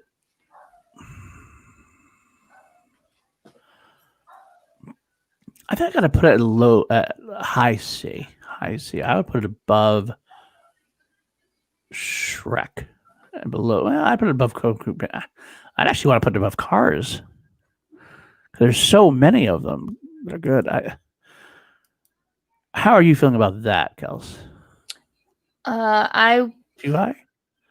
I would put it like it's so hard when I like it less than parts of the Caribbean movie. However, I like it a lot more than Fast and the Furious. And Kung Fu Panda. I prefer Cars to it, but I'm okay with it there, I guess. I feel like it's going to get moved down anyways because of stuff that's coming, maybe, and it's going to go put in the B tier, so I'm fine with it there, I guess. All right. I'll put Star Trek at the high C then. I think that's what I'll go with it for. I think it's a good place for it. It's really great, but there's really bad too, so we'll go with that. Okay, let's move on. Big ones we got coming up still. We got some big ones left. How about these ones? Rush Hour. You know what? Rush Hour is 2 films also. I don't think it's 2 films thing can be a franchise. Is there a third one? Yeah.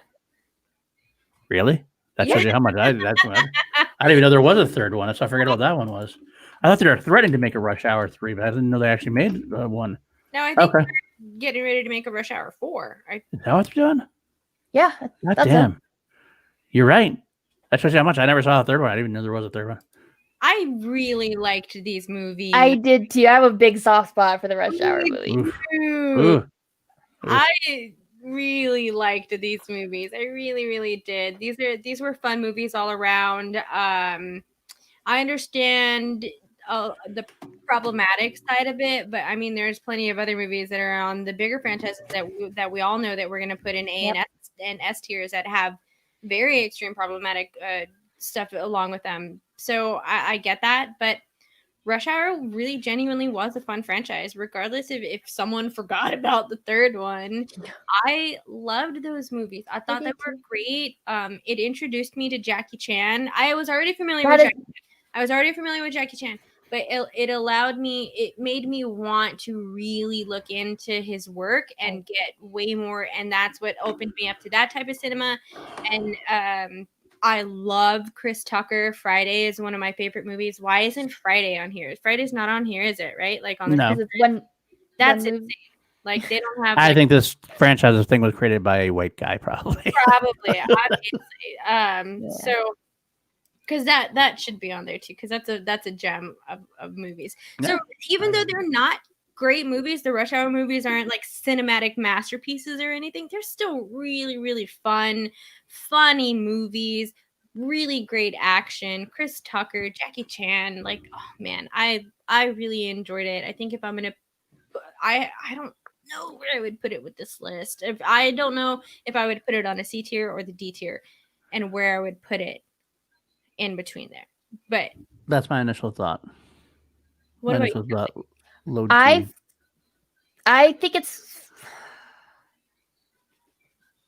think I'm okay with it there, just from the way the list is set up. I could see that. Yeah, I'd be okay with there too. That's probably where I'm more okay with it. I do think I would revisit them more than the Hangover movies personally, but I would okay either of those options. Sweet Alvin. Down to there we go. All right. I love the characters. I just don't love the movies. Me, I want All right. How about Madagascar? I okay. don't like those movies. That's another movie franchise that's definitely made for kids. I think I would put it behind Alvin and the Chipmunks. Yeah, I would too. Fine, but I think I would rather watch Jason Lee than listen to I'm there. Ross Geller as a giraffe. But I do like Chris Rock. They're fun. Right. They're funny, but they're definitely they're made for kids. All right, I will not argue this one. I'm not going to waste an argument on this one because we're at this point. It's kind of like whatever. It's fine. I'll put it down there below you. That's fine. Okay. How about Hunger Games? The movie, not the books. Compared to this list. So what Kelsey said about Twilight is how I feel about Hunger Games. I love these movies. I would definitely watch Hunger Games over Twilight anytime. That's definitely for sure. I think I've said that about every movie. I think I'd probably watch Madagascar over Twilight, though, so that's not saying a lot. What are your thoughts, Kels? So I think if I was going to place Hunger Games anywhere on this list for myself, I don't know, honestly, just because of how I feel about it.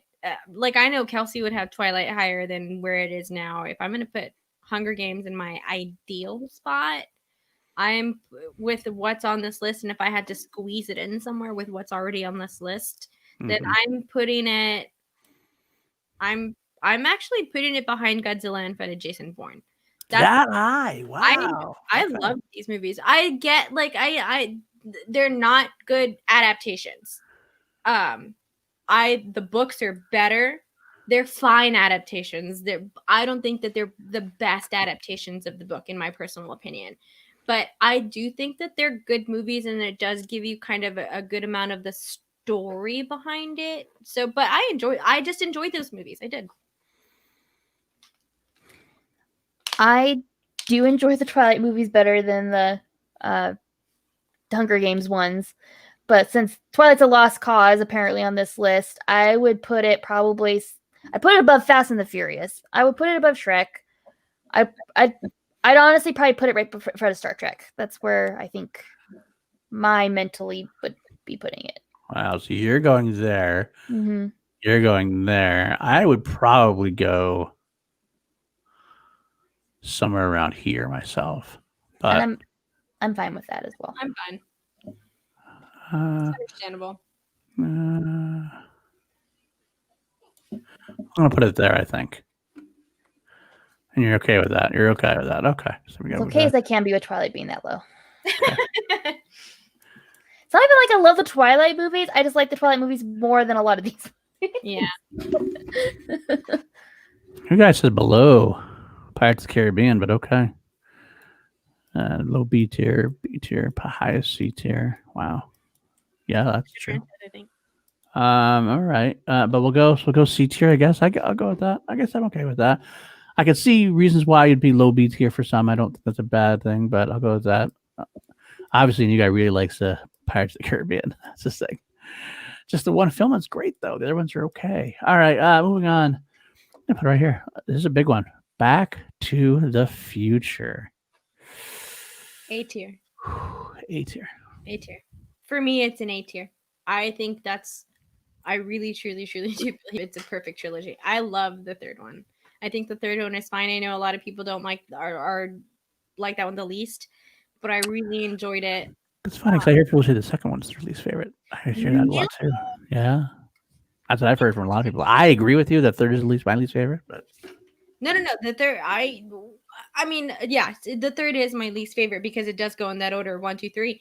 But I would put Back to the Future would be in the A tier for me. Kelsey, what are your thoughts? Um, And Brad Gilmore's watching. Off of the list of where things are ranking and things like that, honestly, I'd put it behind Jurassic Park. Get the fuck out! Wow. I like those movies. I'm not in love with those movies the way a lot of people are. I enjoy them. They're fun. Wow. I'm just not in love with them. That's right. That's where I put it right there. At this point, I put that S tier in Toy Story. I'd be persuaded to put it in the S tier. I think the first film. It's hard to convince me A even, but it's up to you.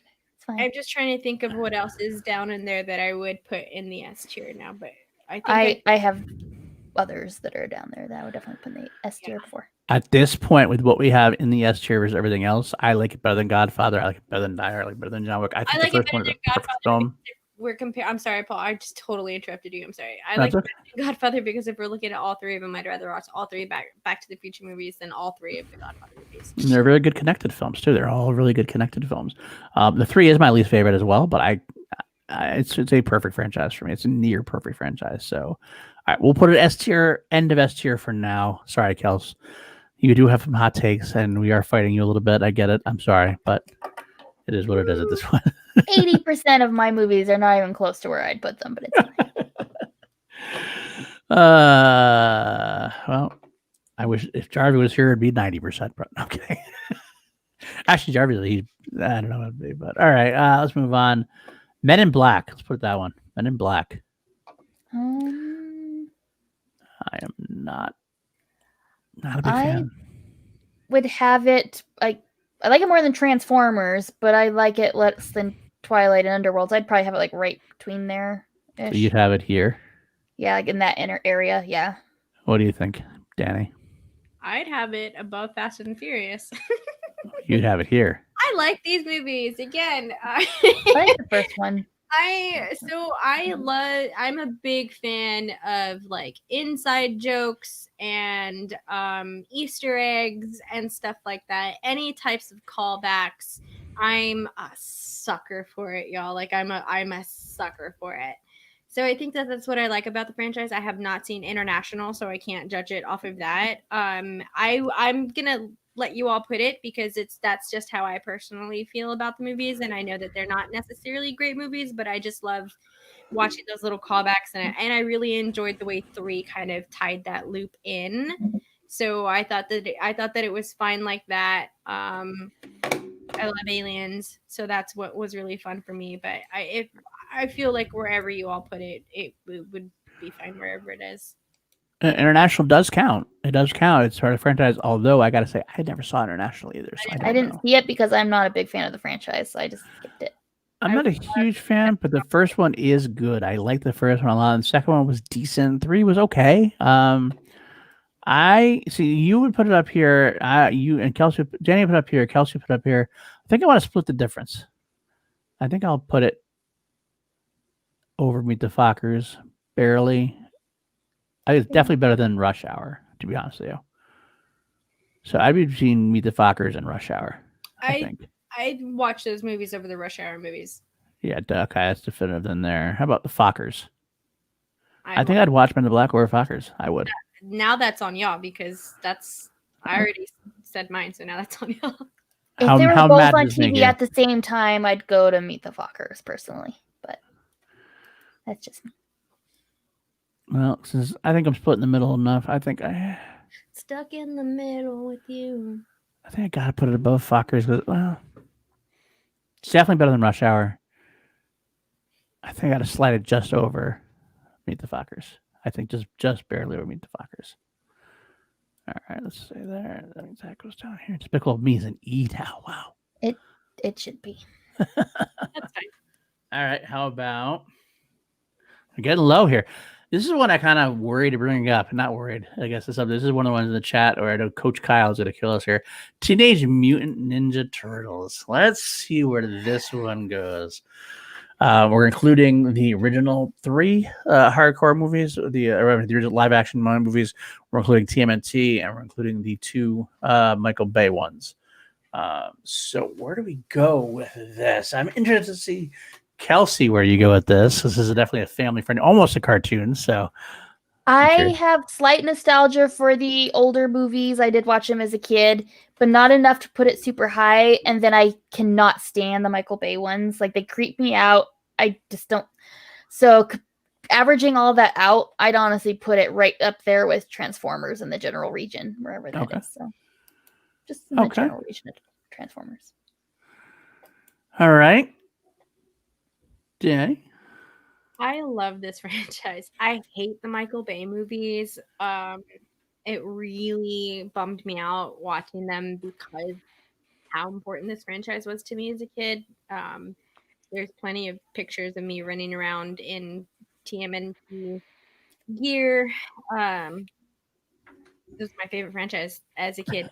The cartoons, like the TV show, was my favorite show. I watched it all the time, so I would definitely put it up higher because I liked the newer TMNT movies. I thought they were fine. They're made for kids, really truly. So I'm gonna let this one be a sacrifice for me. I love the OG3 movies, like the 90s movies. I love all 3 of them, even the third one. The third one I very, very much adore. So this franchise is high on my personal list, but where would you put it right now? Where would I put it right now? I'd put it in front of 007. Wow. Okay, and Kelsey, where did you say you put it? Probably between Underworld and Transformers. Okay. I love this franchise for the first 3 as well. I do love the first 3, and I'm a sucker for the third one because I'm a big Michelangelo fan. And it's a Michelangelo movie, basically. I love Mikey. Did you ever watch the animated version? The animated movie that came out? There's one that was just TMNT. It was between the originals and the Michael Bay ones. I don't know now that you say that, I feel like maybe I haven't. It's also 3 a.m. So yeah, I get it. Right. It's good. And real quick, while I'm talking about this, I said, yeah, that's just a unranked one because I think that's just the icon for the film franchises. There's Captain America, Batman's in the end of it as well. So it's just a non-franchise. That's why I put it there. Star Drew, come on now. I would say that, and this could be true. The first year probably more That's nostalgic. Where I'm at with it. Actually, good. So I have a hard time putting it really high on the list. So I think I have to. I think I would put it. I gotta put it in C tier though, because the nostalgia is strong for me. I like it better than Mummy for sure. To me, I think the Michael Bay ones just really bring it down, and that's a huge bummer for me because I really dislike those movies. All right, how about Under Pirates Above Men in Black? Okay, we're okay. We're not gonna. Yes, no. I've lost control of this list, so I don't care. I'm more worried about where Kelsey wants to put it than where I want to put it. She wants to put it here. I think that's where I want to put it. I'm just not a fan. I mean, I have nostalgia, but like if I'm like looking at the movies as like sitting and enjoying the movies, I don't really like them that much. I can put those movies on. I can put those movies on any single time and just jam out. I love those movies so much. I really do. Well, if Danny wanted to put them on B tier and Kelsey wanted to go D tier, I think C tier is a good slot for them because I'm more of the C tier at least thing. So the 2 of us, I think I got to do that, and I'll move that back down here, which means that Night at the Museum is now. At least these animated movies are finding their place finally, in my opinion. But oof, God. Except for Ice Age. All right. How about Ocean's 11, which includes Ocean's 8? I loved Ocean's 8, actually. Thank you very much. So and the original, also the Rat Pack. And I'm a big Rat Pack Frank Sinatra fan, so I love those movies well. honestly have this. I'd have this almost low B tier. I'd probably put it behind Jurassic Park, but above 007 and Nightmare. I'm a huge fan of the original remake, the original George Clooney and 11 is amazing. I can't remember. I think it's 12. That's the really meta one that I I like most of it. It's just that part I don't like. 3 is okay. 13 is fine. Ocean's 8, I'm okay with. It's just I'm more. I don't want to say indifferent. It's just it's kind of like a there movie. I would never choose to watch it. Let's put it that way. You know what I mean? But if it was on cable, I'd be yeah, sure. It's not bad. It's just not great. But Ocean's 11 is that case of one good movie. One good. Love Ocean's 11. But I can't put it. You're staying in the B tier above Jurassic Park. I mean, if we're comparing it to the movies I'm putting it up against, that's where I'd put it. I'd probably have it more like low C tier, but there's a lot of movies that are higher up that I like it better than. So I'm having a hard time trying to find where I want to put things because it's what do you think? I'm struggling. What do you think, Danny? I've never seen the older ones. I've only seen the newer ones, and I enjoyed every single one of them. Okay.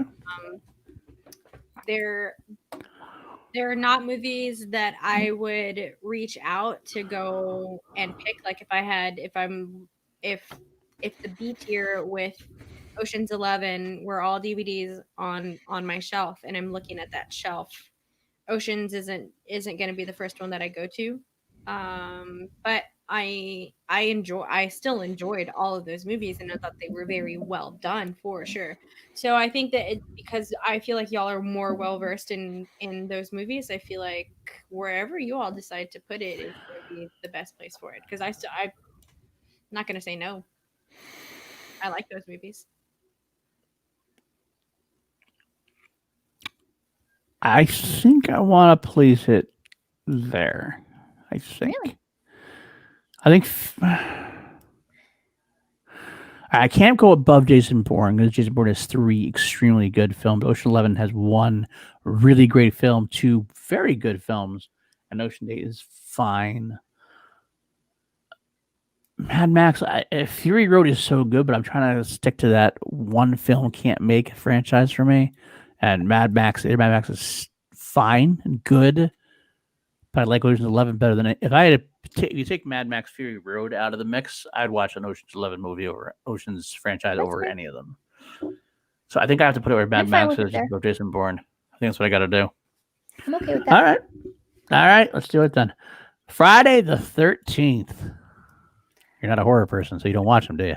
I've technically never seen any of the full movies. I've seen bits and pieces as I've walked in rooms where people are watching it. I know like what happens in the first 2 and things like that, but I have not watched them. So I've only seen the very first one, Freddy vs. Jason, Jason X, and the newer the Friday the 13th remake, I guess is what it was. I guess when they did it in the 2000s. Yeah, 2009 I think it was. Yeah, those are the only Friday the 13th movies that I've seen. Okay, so this is all but in May. I also understand the cultural impact of that franchise. I would be okay with it going up kind of high because I know it's a big deal in horror, if that makes sense. So. It is a huge deal in horror. Yeah. Although I would argue that, well, I don't know if I could argue it, which is more important, Jason or Freddy. I do love Friday, but I do like Nightmare better. So I would put it below Nightmare. But it is a very cultural movie. By the way, instead of moving things down, we could always move up. Let me just take a quick second here. Should we move Spider-Man up to tier A at this point? I'm fine with it being moved to tier A. I love the Spider-Man movies. So, despite Amazing Spider-Man 2 and Spider-Man 3, but you still have Into the Spider-Verse and Spider-Man 2. Mm-hmm. Are you okay with this? Mm-hmm. All right, we'll do that then. We'll move these all up then a little bit. That's good for now. All right, let's do that for now then. Okay. The big thing for me would be Friday the 13th is definitely below Nightmare. But what I put James Bond versus Friday. I think I have to put Friday lower than James Bond, barely. I love Jason X and I love Freddy vs. Jason. And yes, it's all the Nightmare movies. And I know that the bad movie is the remake. I get that. Yes, Sam. Yes, Dean. Sam is in the 2009 remake. I think I gotta go because there's a lot of shit in there. There's a lot of shit in there, but it's almost like you don't care if it's shit because it's all about the inventive kills and what it does with the franchise or what it does with that.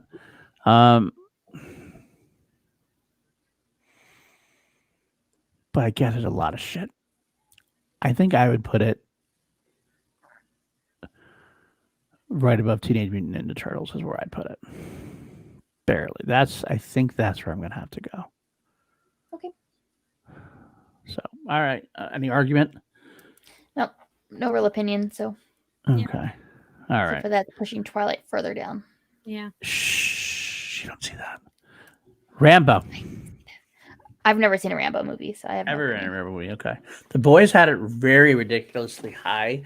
Some people thought it was very high, way too high. I don't know if it's quite that high. But I don't. So, Daddy, have you seen them? I've seen the first one once a very long time ago and cannot remember it for diddly squat.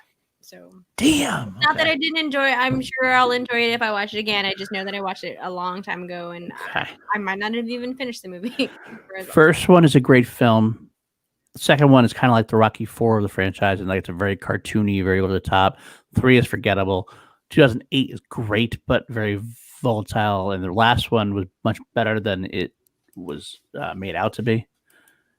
Yes, that includes all the not Homecoming and Far From Home, it's just the MCU, the Sony Spider-Verse. Rambo, I gotta slide into the first. The thing is, there's no besides Rambo 3, which is more forgettable than anything else. Their films are very good, but I can't have it as high as some of these other ones are, though. So I think I'd put it. I think I have to put it at least above Friday the 13th because Rambo himself is such a iconic character. And they're more like there's more good than bad in Rambo. With Friday the 13th, there's a lot of shit. Again, I'm doing this on my own because you guys don't know it very well. So okay, I'll do that and think that's pretty good. So all right, we'll move on. God, we're getting to the nitty-gritty now and all the top ones now. Jesus, Alien franchise. Now this I'm going to say includes Alien vs Predator. Mm-hmm. Those two. So all the Aliens, Alien 3, Alien Resurrection, Alien vs Predator, Alien vs Predator 2, Prometheus, and Covenant. Mm-hmm. Alien and Aliens are 2 of my favorite sci-fi movies of all time. I can watch them any day of the week, be perfectly satisfied. I've played video games on these characters. Like I love Xenomorphs, are like my favorite alien style of all time. I like Prometheus and Covenant, things like that. I do know there's some other movies in the franchise that kind of bring it down a little bit. It's still A tier for me. Maybe lower A tier, but it's still A tier for me. Danny? I thought that I was going to be in the unpopular opinion here whenever I was thinking, all right, I guess I'll settle and put it behind Jurassic Park. But if Kelsey wants to put it in the A tier, let's fucking put it in the A tier, baby. I'm definitely talking A tier with Alien. Yes! I'm a big Alien fan. I think Alien, like Kelsey said, Alien and Aliens are 2 of the greatest sci-fi / horror films. I mean, Alien is a horror film. Alien is a sci-fi film. But they're both like so good. Alien 3, I actually like better than most people do.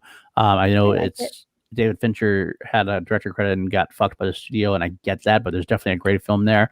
Alien Resurrection is watchable, not horrible. Alien vs Predator 1 is good. I admit Alien vs Predator 2 is shit, and I would like to expunge that one from the franchise. That almost pushes me down. But I am also a big sucker for Prometheus. I love Prometheus. It's one of my favorite films of the decade. I know a lot of people don't like it. I love it. I actually think that Ridley Scott kind of did an unfortunate thing with Covenant and like caved into some of the fanboy thoughts and like tried to make it more like a action horror film. Instead of committing to the Prometheus, what they're doing with Prometheus. But everything else, I think I can't hold Alien vs Predator 2 against it. So I got to put this A trilogy. I would actually put it above Spider-Man. I think I'm fine with that. I'm fine with that. I'm fine with it being in front of John Wick, honestly. I am too. I think I am I'd too. be okay with it being the first in the A tier, but I haven't seen Godfather, so I'm not gonna. I'm fine with that. If the majority rules on that, then I'm fine with that. It's funny things is now I'm talking about the good films. I'm thinking probably about which is the worst film. Is it Alien vs Predator 2 or is it Die Hard 5? I think Die Hard is more consistent, so I think I'll leave it It's fine. just underneath Aliens, only because of Alien vs Predator 2 is such bad, and Covenant and Resurrection are only okay, whereas Die Hard 1 through 3 are great, and 4 is still pretty good. So I think I gotta slide it there. All right, I'll slide it there for now. Maybe it'll change as I go on. I'll go down to the nitty gritty now. Indiana Jones. Dun, dun, dun, It's dun. hard. Dun, dun, dun. So my biggest thing about Crystal Skull is I understand that some of the acting wasn't that great, the writing wasn't necessarily that great, but when it comes to what Indiana Jones is at its core, it's like Indiana Jones fighting Nazis, and everything, like if you go back into like actual like Nazi history and like all of the like esoteric bullshit that some of that ties in with it, crystal skulls were an actual thing that were being searched for. So I thought that was a very fun thing to tie into it, and that was why I like really fought for Crystal Skull for a long time, because it's like, no, that's exactly something that Nazis would be looking for. Of course, it's a perfect Indiana Jones movie, but then you watch it. I watched it later, and I've completely come to terms with, oh man, the writing is kind of shitty. So, for me personally, I would rank it in the higher. I might even keep it in an A tier, just because I will still watch all 4 of those movies. Oh yeah. Yeah. Oh yeah. Let me see. Kels. Okay, here's the caveat thing. Because we've added all the Batman movies outside of DCU to Nolan, and because we've added Hobbit to Lord of the Rings, those do affect those. I would have had Indiana Jones in the A tier, but because those ones got brought down for me for those reasons, I do think that Indiana Jones the 4 is better than that. So I'd have it probably where it is right now, honestly. Okay. Interesting. Below S tier, A tier, below Godfather. Crystal Skull is really bad. It's not that bad. It's not great. But I don't think it's great, but it's bad. I'd almost argue it's I'm okay with that. You know, Back to the Future is low for me, so I'm fine with that. If it wasn't for Kingdom, if it wasn't for Kingdom, if you were just talking about the first 3 versus the first 3, I would do that. With Crystal Skull, it's actually funny. We just did this last week on Class Action, and we had Indy actually won 7-4, I think, category wise. But with Kingdom Crystal Skull, I will put it lower than Back to the Future, I think, for now. But I think that it's better than Godfather has 2 great movies and 1 okay one. I think Indiana has even more of a cultural. Godfather is very cultural. No, don't get me wrong. I'm not saying Godfather is not, but I think Indiana Jones and Harrison Ford is just a smidge more. So I'm going to go with S tier for now at that level. We have 1 more S tier. So it probably will get knocked down to A tier. It's probably going to get knocked down to A tier eventually, because I'm looking at the franchise we have left. So we'll see, but we'll go from that for now. All right, let's throw it in here now. This is one for interested with Kelsey here. DCEU. I have that. It's high A tier. High A. I love the DCEU. Okay, other than Justice League's really the only one I have like actual problems with, and maybe the Snyder Cut's gonna fix that. I don't know, but like I love Suicide Squad. Birds of Prey is my favorite movie of the year still. I love Man of Steel. I love Shazam. I like Aquaman. I love Wonder Woman. Like I love this franchise. If Justice League's the only one that really brings it down, I still high A. I know it's gonna get negotiated down, but I'm gonna fight for it. I say high A. So I don't necessarily have an opinion on this. Birds of Prey is one of my favorite movies of this year. Absolutely, that movie alone puts it up at a higher rank for me. Like that automatically, wherever I decide to put it, kind of raises it up at least 3 more spots. So I've seen Suicide Squad. I thought it was fine. I loved the concept of it. I thought that was a great concept. just wasn't very well executed, and it was fine. It really was fine. There's just something about it that just wasn't for me, and I really haven't. I did actually walk out of Aquaman in the movie theaters, but I really think it was probably, I might have been tired, but I was bored. I just wanted to see. I just waited until Jason Momoa came out in the orange and green suit, and then I was like, all right, peace, bye. There was just something that I don't know why I walked out of that movie. So I don't necessarily have the biggest opinion on the DCEU. I do know that Kelsey does, and Very strong. and I'm gonna let y'all fight for that. Well, I ran to the restroom. Sorry. Wow. Star Drew's really pissed off. Wow. He's like, wow. Okay, the theatrical release BVS, I did have issue. I like the director's the cut extended for ultimate cut, whatever. I love that one. It saved it for me. So I will say I am one of the biggest defenders, lovers of Man of Steel. I love Man of Steel. It's one of my favorite movies of the very comic movies of all time. I actually really, really enjoyed Batman vs Superman: The Ultimate Edition. yes, Really did. me too. I did too. Justice League was not good. It was not good. Cover yours, Kelsey. Cover yours. Suicide Squad sucked my dick. Pretty much. That's why do you say that as an insult? I say that's a compliment. You're giving it a compliment. It sucked my dick and didn't finish the job. Let's put it that way. About that. Aquaman was fine. Shazam was good. Wonder Woman was really great. Birds of Prey was good. Solid. I know that hurts your feelings too. I cannot put it in A tier. I cannot put it in A tier. I could put it in high B tier. I'll settle for high beer, but it still hurts me. I would say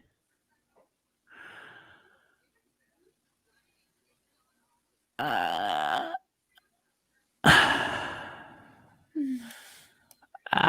would personally slide it there. That's where I would put it, I think. I'll settle for that. But I know I put it over Godzilla, Danny. I know. DC was the one I was saving my fight for. I was going to fight about Twilight, and I'm like, no, I'm saving it for DC. So that means we that was either my card. we either move Harry Potter up to A or Bond down to C. I'm fine with Bond going down. I'm on down to C. Okay, which means Rambo goes down to D, which is unfortunate. And that's fine. That's fine with me. And Rambo oh, and that I'm not okay with, though. Oh, Okay, yes. you said the boys rated it too high. I feel like we're behind the boys right now. I thought they were like low D. They might have been. And that's one of the course corrections I'm happy to make. Finally, justice is served. Okay, let's move on. X-Men franchise. Now, I'm going to include. This is the question we didn't talk about actually before either. Mm-hmm. We talked about. We have X-Men 1, 2, 3. We have the First Class. We got Days of Future Past, Apocalypse, and Dark Phoenix. Do we include the Wolverine movies, and do we include the? They're the same characters, so I feel like if we're going to Deadpool count Lord of the movies. Rings and Hobbit together, we need to count all the X-Men together. If that, because So including Deadpool, then also. including Deadpool, I think Deadpool should be in there because Deadpool is a character crossover. So Okay.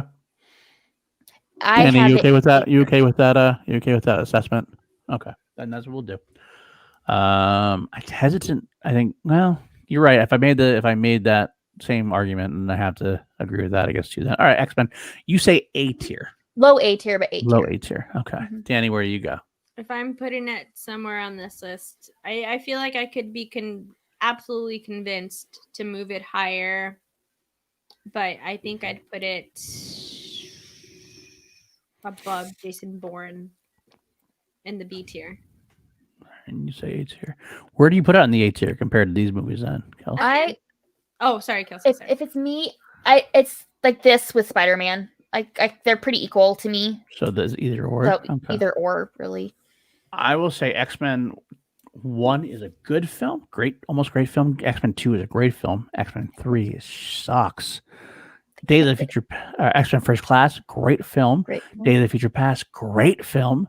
Love that. Apocalypse, not so much. I still haven't seen Apocalypse. I feel like that's the one X-Men movie that I haven't seen. There's bits and pieces I think you might enjoy, but overall, it's not great. I just want to see Oscar Isaac. I was sad that You don't even see Oscar Isaac though. That's the thing. He's like in this big makeup. Spoiler! I mean, he's in it. He's just full makeup, and he's not. It's not don't see it for him. He's not. Yeah, I wouldn't see it. Not his face. I want to see Oscar Isaac in movies. Okay, yeah. you barely can tell it's him. Yeah, it's not one of his better roles. He's so it's much not better. His fault. It's not his fault. It's not his fault. It's a script issue. It is him being in more. I get it. Okay. Like Dune? Yes, I know. We'll talk about Dune. We'll get too far sidetracked. And Dark Phoenix is pretty shitty. I liked it. I thought it was okay comparatively. I thought it was better than Last Stand. It's better than Last Stand. Yeah. They can't get Dark Phoenix right. My only faith is that the MCU eventually will pick it up because I feel like they will understand it. But possibly. But then you gotta go to the Wolverine movies. Logan, one of the best comic book movies of all time. One of the best, greatest movie. It's my favorite Western. Yeah. The Wolverine movie that James Mangold did is a good one as well. It's underrated, I think. I like it. I like it a lot. X-Men Origins Wolverine is shit. It's horrible. So there's a lot of greatness. Deadpool is great, and Deadpool 2 is good. It's good. I think I got to put X-Men in the A tier. I think I do. Because if I could just I think the greatness of Logan and the greatness of Deadpool and the greatness of X2 and the greatness of First Class and Days of Future Past for me well supersede the X-Men Origins Wolverine and pretty much supersede Last Stand. That's how I feel. I think I got to put it on the A tier. Now, whether it's better than Spider-Man, I'm fine with either way. I think Logan can cancel out into the Spider-Verse. I do. I think they're both good enough where they're both kind of equal, at least. I understand liking one more than the other, but they're both in that great realm. For impact on film, I agree. So then you got to do Spider-Man 2 versus you got X2, you got Days of Future Past and First Class. I think all those are excellent films compared to Spider-Man 2. So I think with that in mind, I got to do that. I would put it over Planet of the Apes myself. I'm fine with that too, honestly. I think I would put it over John Wick. I'm fine with that too.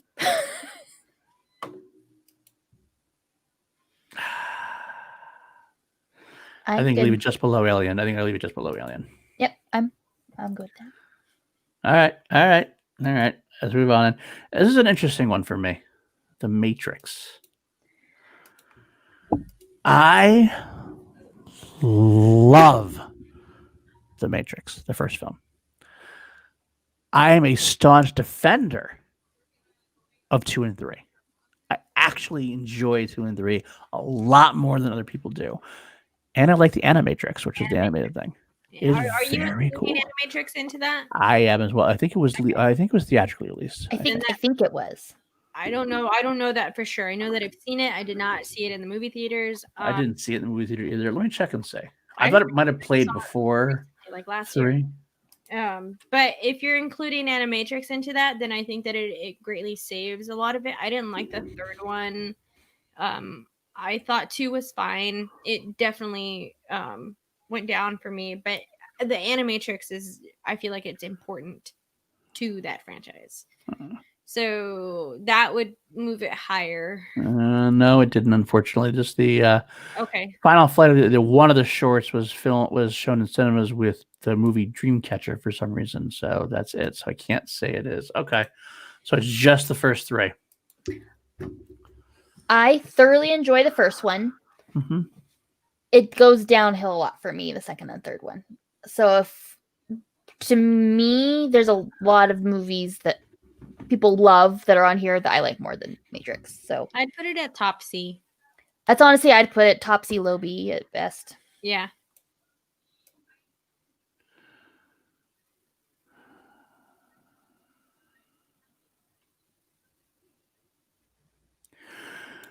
So we're moving Harry Potter up, or are we putting Matrix down? I'd put Matrix down because I have stuff coming that I think needs to be higher. So okay. I don't love it. I don't love it there. I think it's too low, but I'm not going to argue with it at this point. I think it's too low, but I'll move on. Terminator franchise. This one's so hard for me. This is a very difficult one. It is difficult. 1 and 2 are as good as Alien and Aliens, really. Yes, I agree, 100%. But then the franchise goes down. But I do like Dark Fate. I enjoyed Dark Fate. Quicker than a $2 horror. It goes down. But those other ones are. Dark Fate is fine. I think 3 is actually better than people think it is. I like Salvation for attempting something different with the franchise. I do agree with that. They've tried something new, and I give it respect for that. Quite make it right. I think Genesis is probably one of the worst movies I've seen in all time. To be honest with you, I'm not going to lie. Star Drew saying Bond better than Matrix. I can't agree with that. I think the Matrix is better than any Bond movie I've seen. Low B tier for Tornado. I could see that. I'm kind of there, I think. Well, I would rather watch T1 or T2 before The Matrix. So if you're using that as kind of like a stand thing, but I'd rather watch a lot of movies on the B. So yeah, that's probably fine with me, I think. Wait, 1, 2, 3, 4. Yeah, you'll have to move the mummy down. Oh, I'll have to move Narnia and Ice Age down. It looks like good. Those two deserved to be in the A tier. Sorry, but Twilight. Oh, Madagascar. Oh, we're gonna have to move them up now. There's too many low, so Harry Potter's gonna have to go up. Are we not gonna be able to use them all then? Because we only can fit one more in T on the ST, and then let's put these other ones on before we start. Lining them back up because there's some coming that I. Okay, all right. We'll do that then. We'll do a last rearrange before we sign off. Mm-hmm. Okay. Let's do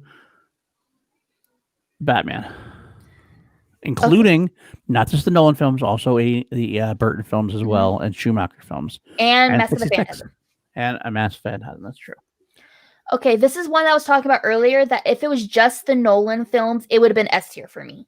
Okay. Because Batman and Robin are in there and stuff like that. Like, it moves it down for me. So it moves it to like mid-low A tier to me. It's in the A tier for me. Yeah. It's in the A tier for me as well. Like I've said, it was just Nolan, it would be absolute S tier. But it's not. So now, where would you put it on here, though? I love the 90s Batmans, Batman and Robin, Batman, all of those, the Burton Batmans, and all of them. I love all of those older Batman movies, so I'm fine with it being at the higher end of the A tier. To me, it's like this with X-Men. Like it really either or. I wouldn't put it in front of Alien still, because with including the other movies, I wouldn't put it in front of Alien. I would be okay putting it in front of X-Men. I think I'm going to have to... Yeah. The Nolan films are so good. So good. I know. And the 89 Batman is so good.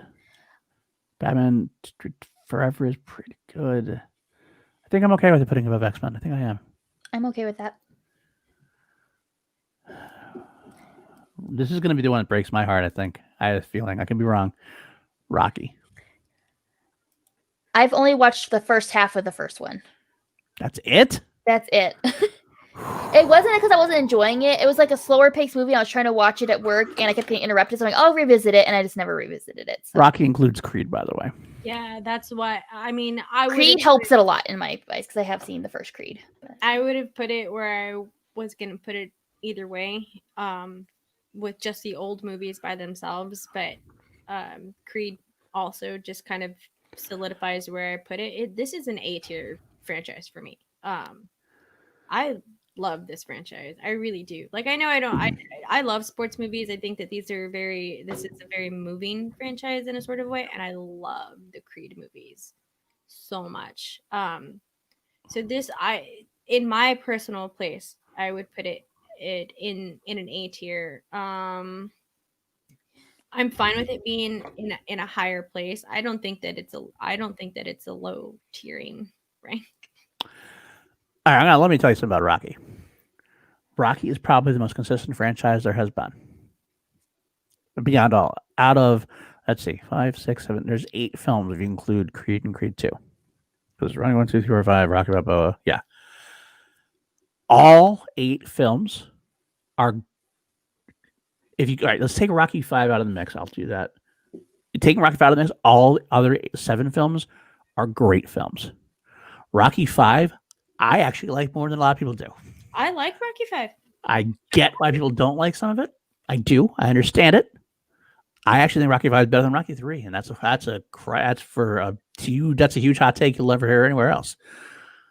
But either way, I think this is high A tier. I would consider this to be almost an S tier franchise. That's how good it is to me.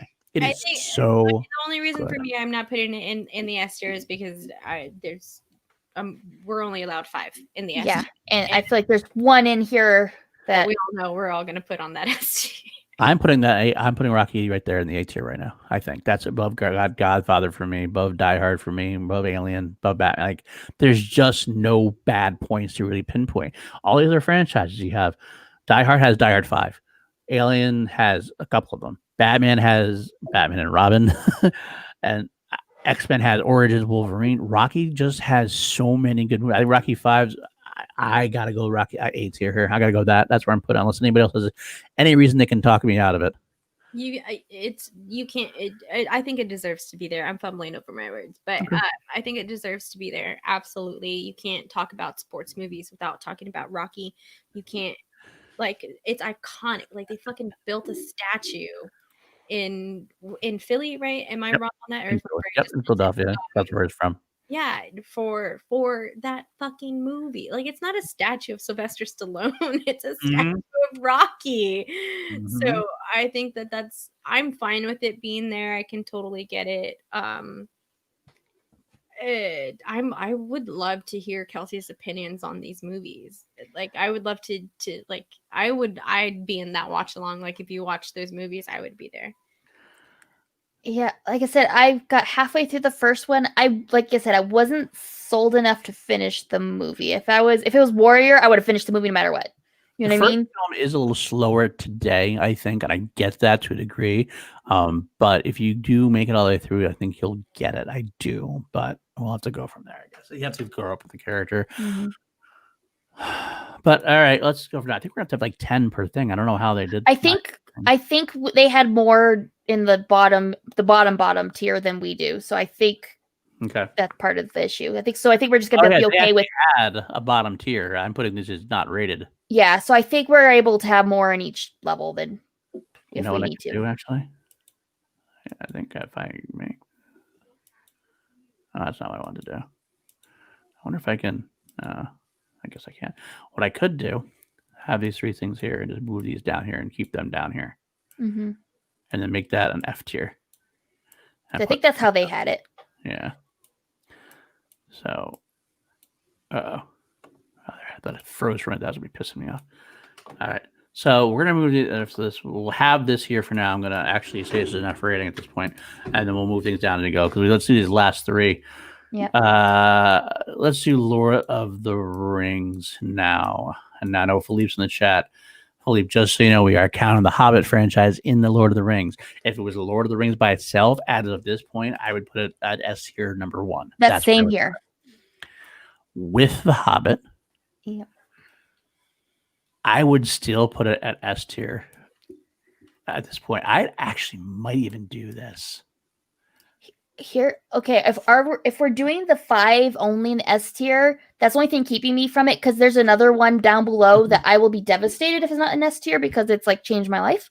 I feel like there's no way that we couldn't put and we all know what we're talking about. I don't understand why we waited till that was the easiest pick. That was the easiest one, Rich. Yeah, there we go. I don't understand. This whole time I was just why are we not doing Star Wars yet? Well, I don't think there's anything that we can say about Star Wars that we haven't said a billion times over.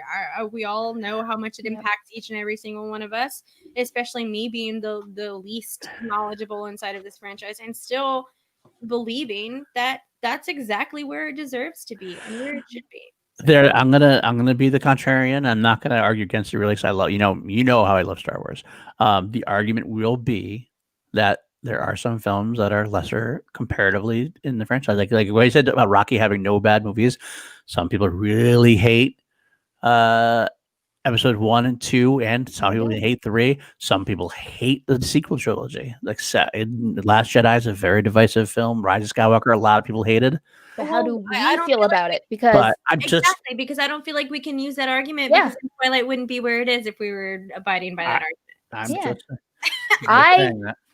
I mean, the OG trilogy is my favorite, but I I love the prequels. I love the sequel trilogy. I do have my preferences, but I don't hate any Star Wars movie. I don't think there's a bad Star Wars movie. There's better than other Star Wars movies, but I'll watch Attack of the Clones. I'm not going to complain about it. I'm just going to drool over Padme's outfits the whole entire time. It's fine. All right, I'm not arguing much. I'm keeping Star Wars at tier 1. I'm fine with keeping it there. There's no argument really for me.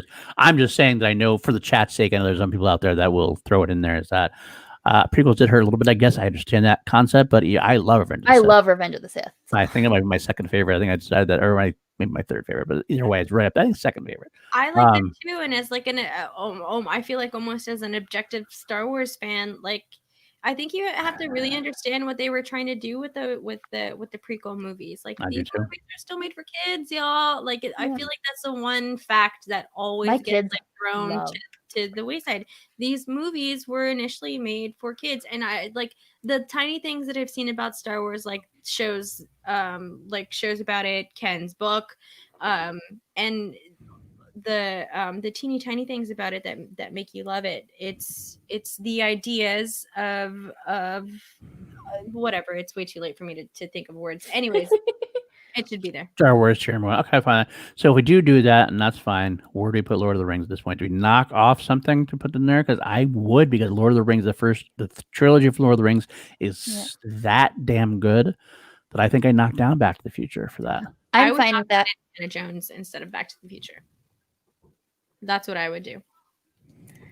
I love Back to the Future. I would rather, like you said earlier, the trilogy versus trilogy. I'd watch the Back to the Future trilogy over the Indiana Jones trilogy. I really would, but that's just, I love those movies. And I'm the opposite. What do you think, Kelsey? I am not, like I said, I'm not a big fan of I like Back to the Future, but it's not even S tier for me. So I would prefer Indiana Jones up there. I did have Indy over Back to the Future barely, so I think Back to the Future does get booted down to A at that point. I know that's tough, Danny. I know that's tough. And it's tough for me too.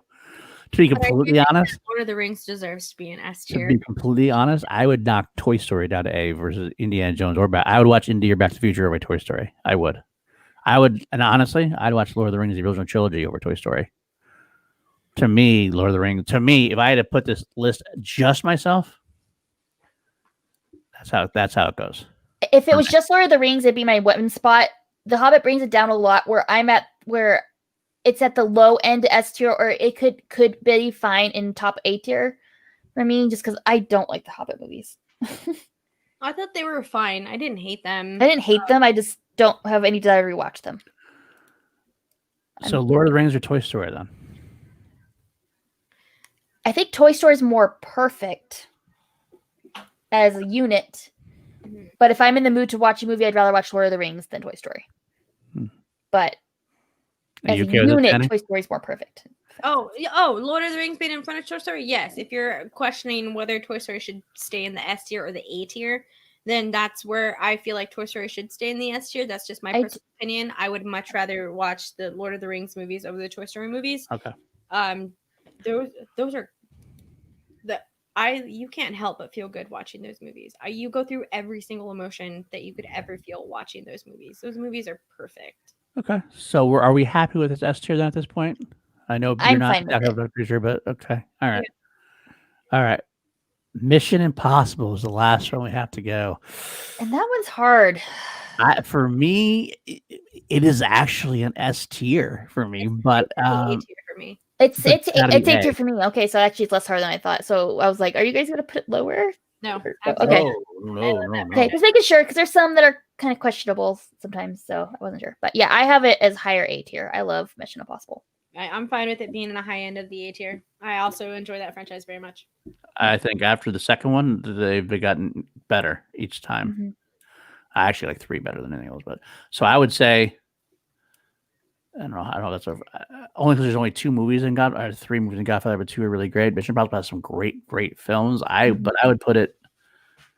I think I gotta put it here. I think I gotta do. I'm fine with that. I love those movies. I know, buddy. I know, Felipe. I know. Hey, Heather. How are you? Good to see you. I would say. Okay, so that's our 5. Then the only question I still have is. And then that's killing me. I want to put 6 S tiers. but I can't. All right, so now we have to make this so there's only 9 on each underneath. So 1, 2, 3, 4, 5, 6, 8, 9, 10. Should we start by moving down first? I guess that's what we should. Yeah, do. probably start from the top. Yeah. All right. The top. So Which 2, 3, 4, 5, 6, 7, 8, 9. That means Spider-Man that one hurts. is down there. No, I think if there's any One time of to the apes. compromise, it's now. So if anyone has anything to say, speak now. Are we locking S tier? I think we're locking S tier, right? I'm fine with locking S tier. Locking S tier. Okay, we're not gonna argue about this. I'm just gonna do it, and then we'll have the argument, the final argument. How about that? So I'll just do it like what it is, because this is what we decided. So let's just slide them down, and then we'll look at it and say. So that's 9, right? 1, 2, 3, 4, 5, 6, 7, 8, 9. 1, 2. So there. So we got to move Terminator down. And then Jurassic Park down. Which means Fast and the Furious Still too high. oh God, he's pissed. Ferris is pissed. Oh, wait, so these still got more, so Alvin's gotta go down more. The Eagle's gotta go down more. And Rush Hour's gotta go down more. Wow. So this is our list right now. F tier, Resident Evil, Alvin, Chipmunks, and Madagascar. Okay. E tier, Despicable Me, Night at the Museum, Transformers, Underworld, Twilight. Okay, I'll compromise. Twilight can go here. I see it's Hangover 3. Okay, is there anything we think should be moved to this part? I think it's really hurting us. Yes, but it's gonna be vetoed, so it's fine.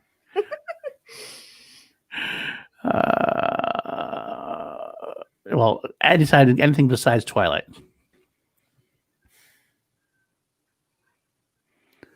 No, not a...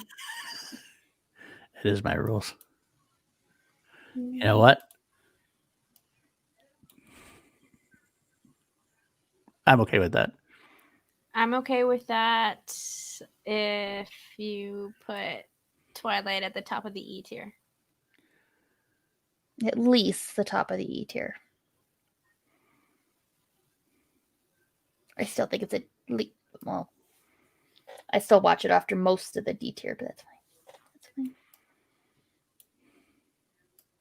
Ta-da! We did it! Yay! Okay, I won't fight it. I'll keep it on the E tier. I won't fight it. Transformers. I know. I don't necessarily disagree.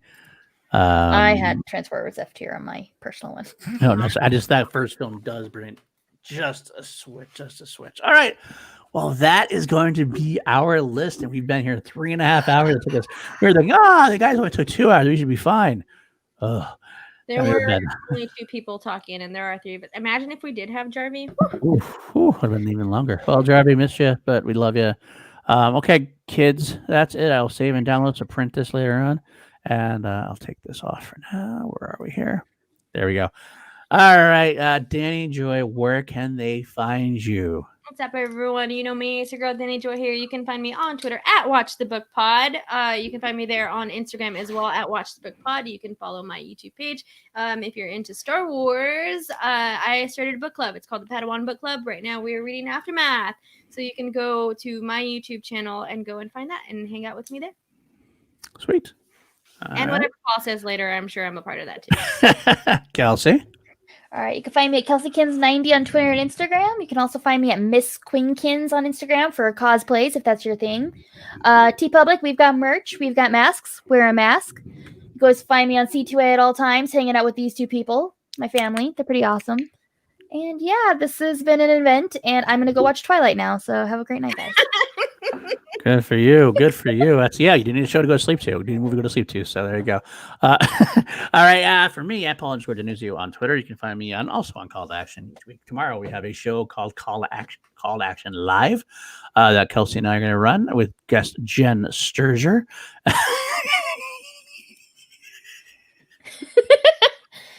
Sorry, buddy. Because I lost. It would have been way lower. I had to fight for it to go higher. You had to fight for that. Anyway, Call to Action Live. Kelsey and Danny, you going to be on tomorrow night? I can't remember if you said you were going to be on. You were. Okay, so that's 2 with Jen Sturger. We're going to be talking about the pay-per-view match from tonight, as well as a lot of other things. Got some good things there. Chilled action on Sunday with Danny, and I and Kelsey will be helping us out with that as well. We have announced who we're bringing. We did. I did at one point, but Oh. not tonight, not here on class, but I definitely did earlier in the week. Okay. I don't have the vid on here. Unfortunately, we're not called. I can jump to call to action, but we have Adam Collins coming on. Great timing for that. Adam Collins with his recent TKOing of John Roca. That should be a fun time. And he just got announced to the tournament. That should be a very fun episode of Chill. I have a couple ones in the works. I will tease you with one. I would call him a legacy player in the works that I'm really excited to have a conversation with. And also somebody currently as well. We're going to try to see what we can do there. Also, find me producing the Ben and Drew show. Actually, we are Action Industries. We do have Film and Food tomorrow, where the boys will be breaking down the breakfast sandwich from Birds of Prey. Kelsey's definitely going to be watching that, and she is going to be very excited, I think. I'm waiting for 2 ingredients. If they're not included, they didn't really make the sandwich. There you go. All right, could be. And then on Sunday, Action Guys are going to be live breaking down their own pay-per-view, Ben's pay-per-view match today, earlier tonight. Special guest Rachel the Crusher Cushing on that one. That should be a lot of fun. And also I can be on PLD projects, which I've started and have done a little bit of content on, some of which you can see, some which I had to privatize for various reasons because things got dirty. Otherwise, thanks, Kelsey, and thanks, Dwayne. But that's it, y'all. I really appreciate you guys all stopping by, hanging out the whole time. Had a good time in this chat. Good time. Hopefully you can let us know in the comments what you think about our list. See if it's better than Ben and Drew. We're actually going to put it on the Patreon. I'm going to have a vote to see in the next couple of days, a vote to see which team got it better, Ben and Drew or PLD, Kelsey and Danielle. Otherwise, though, love you so much. And as always, I put the banner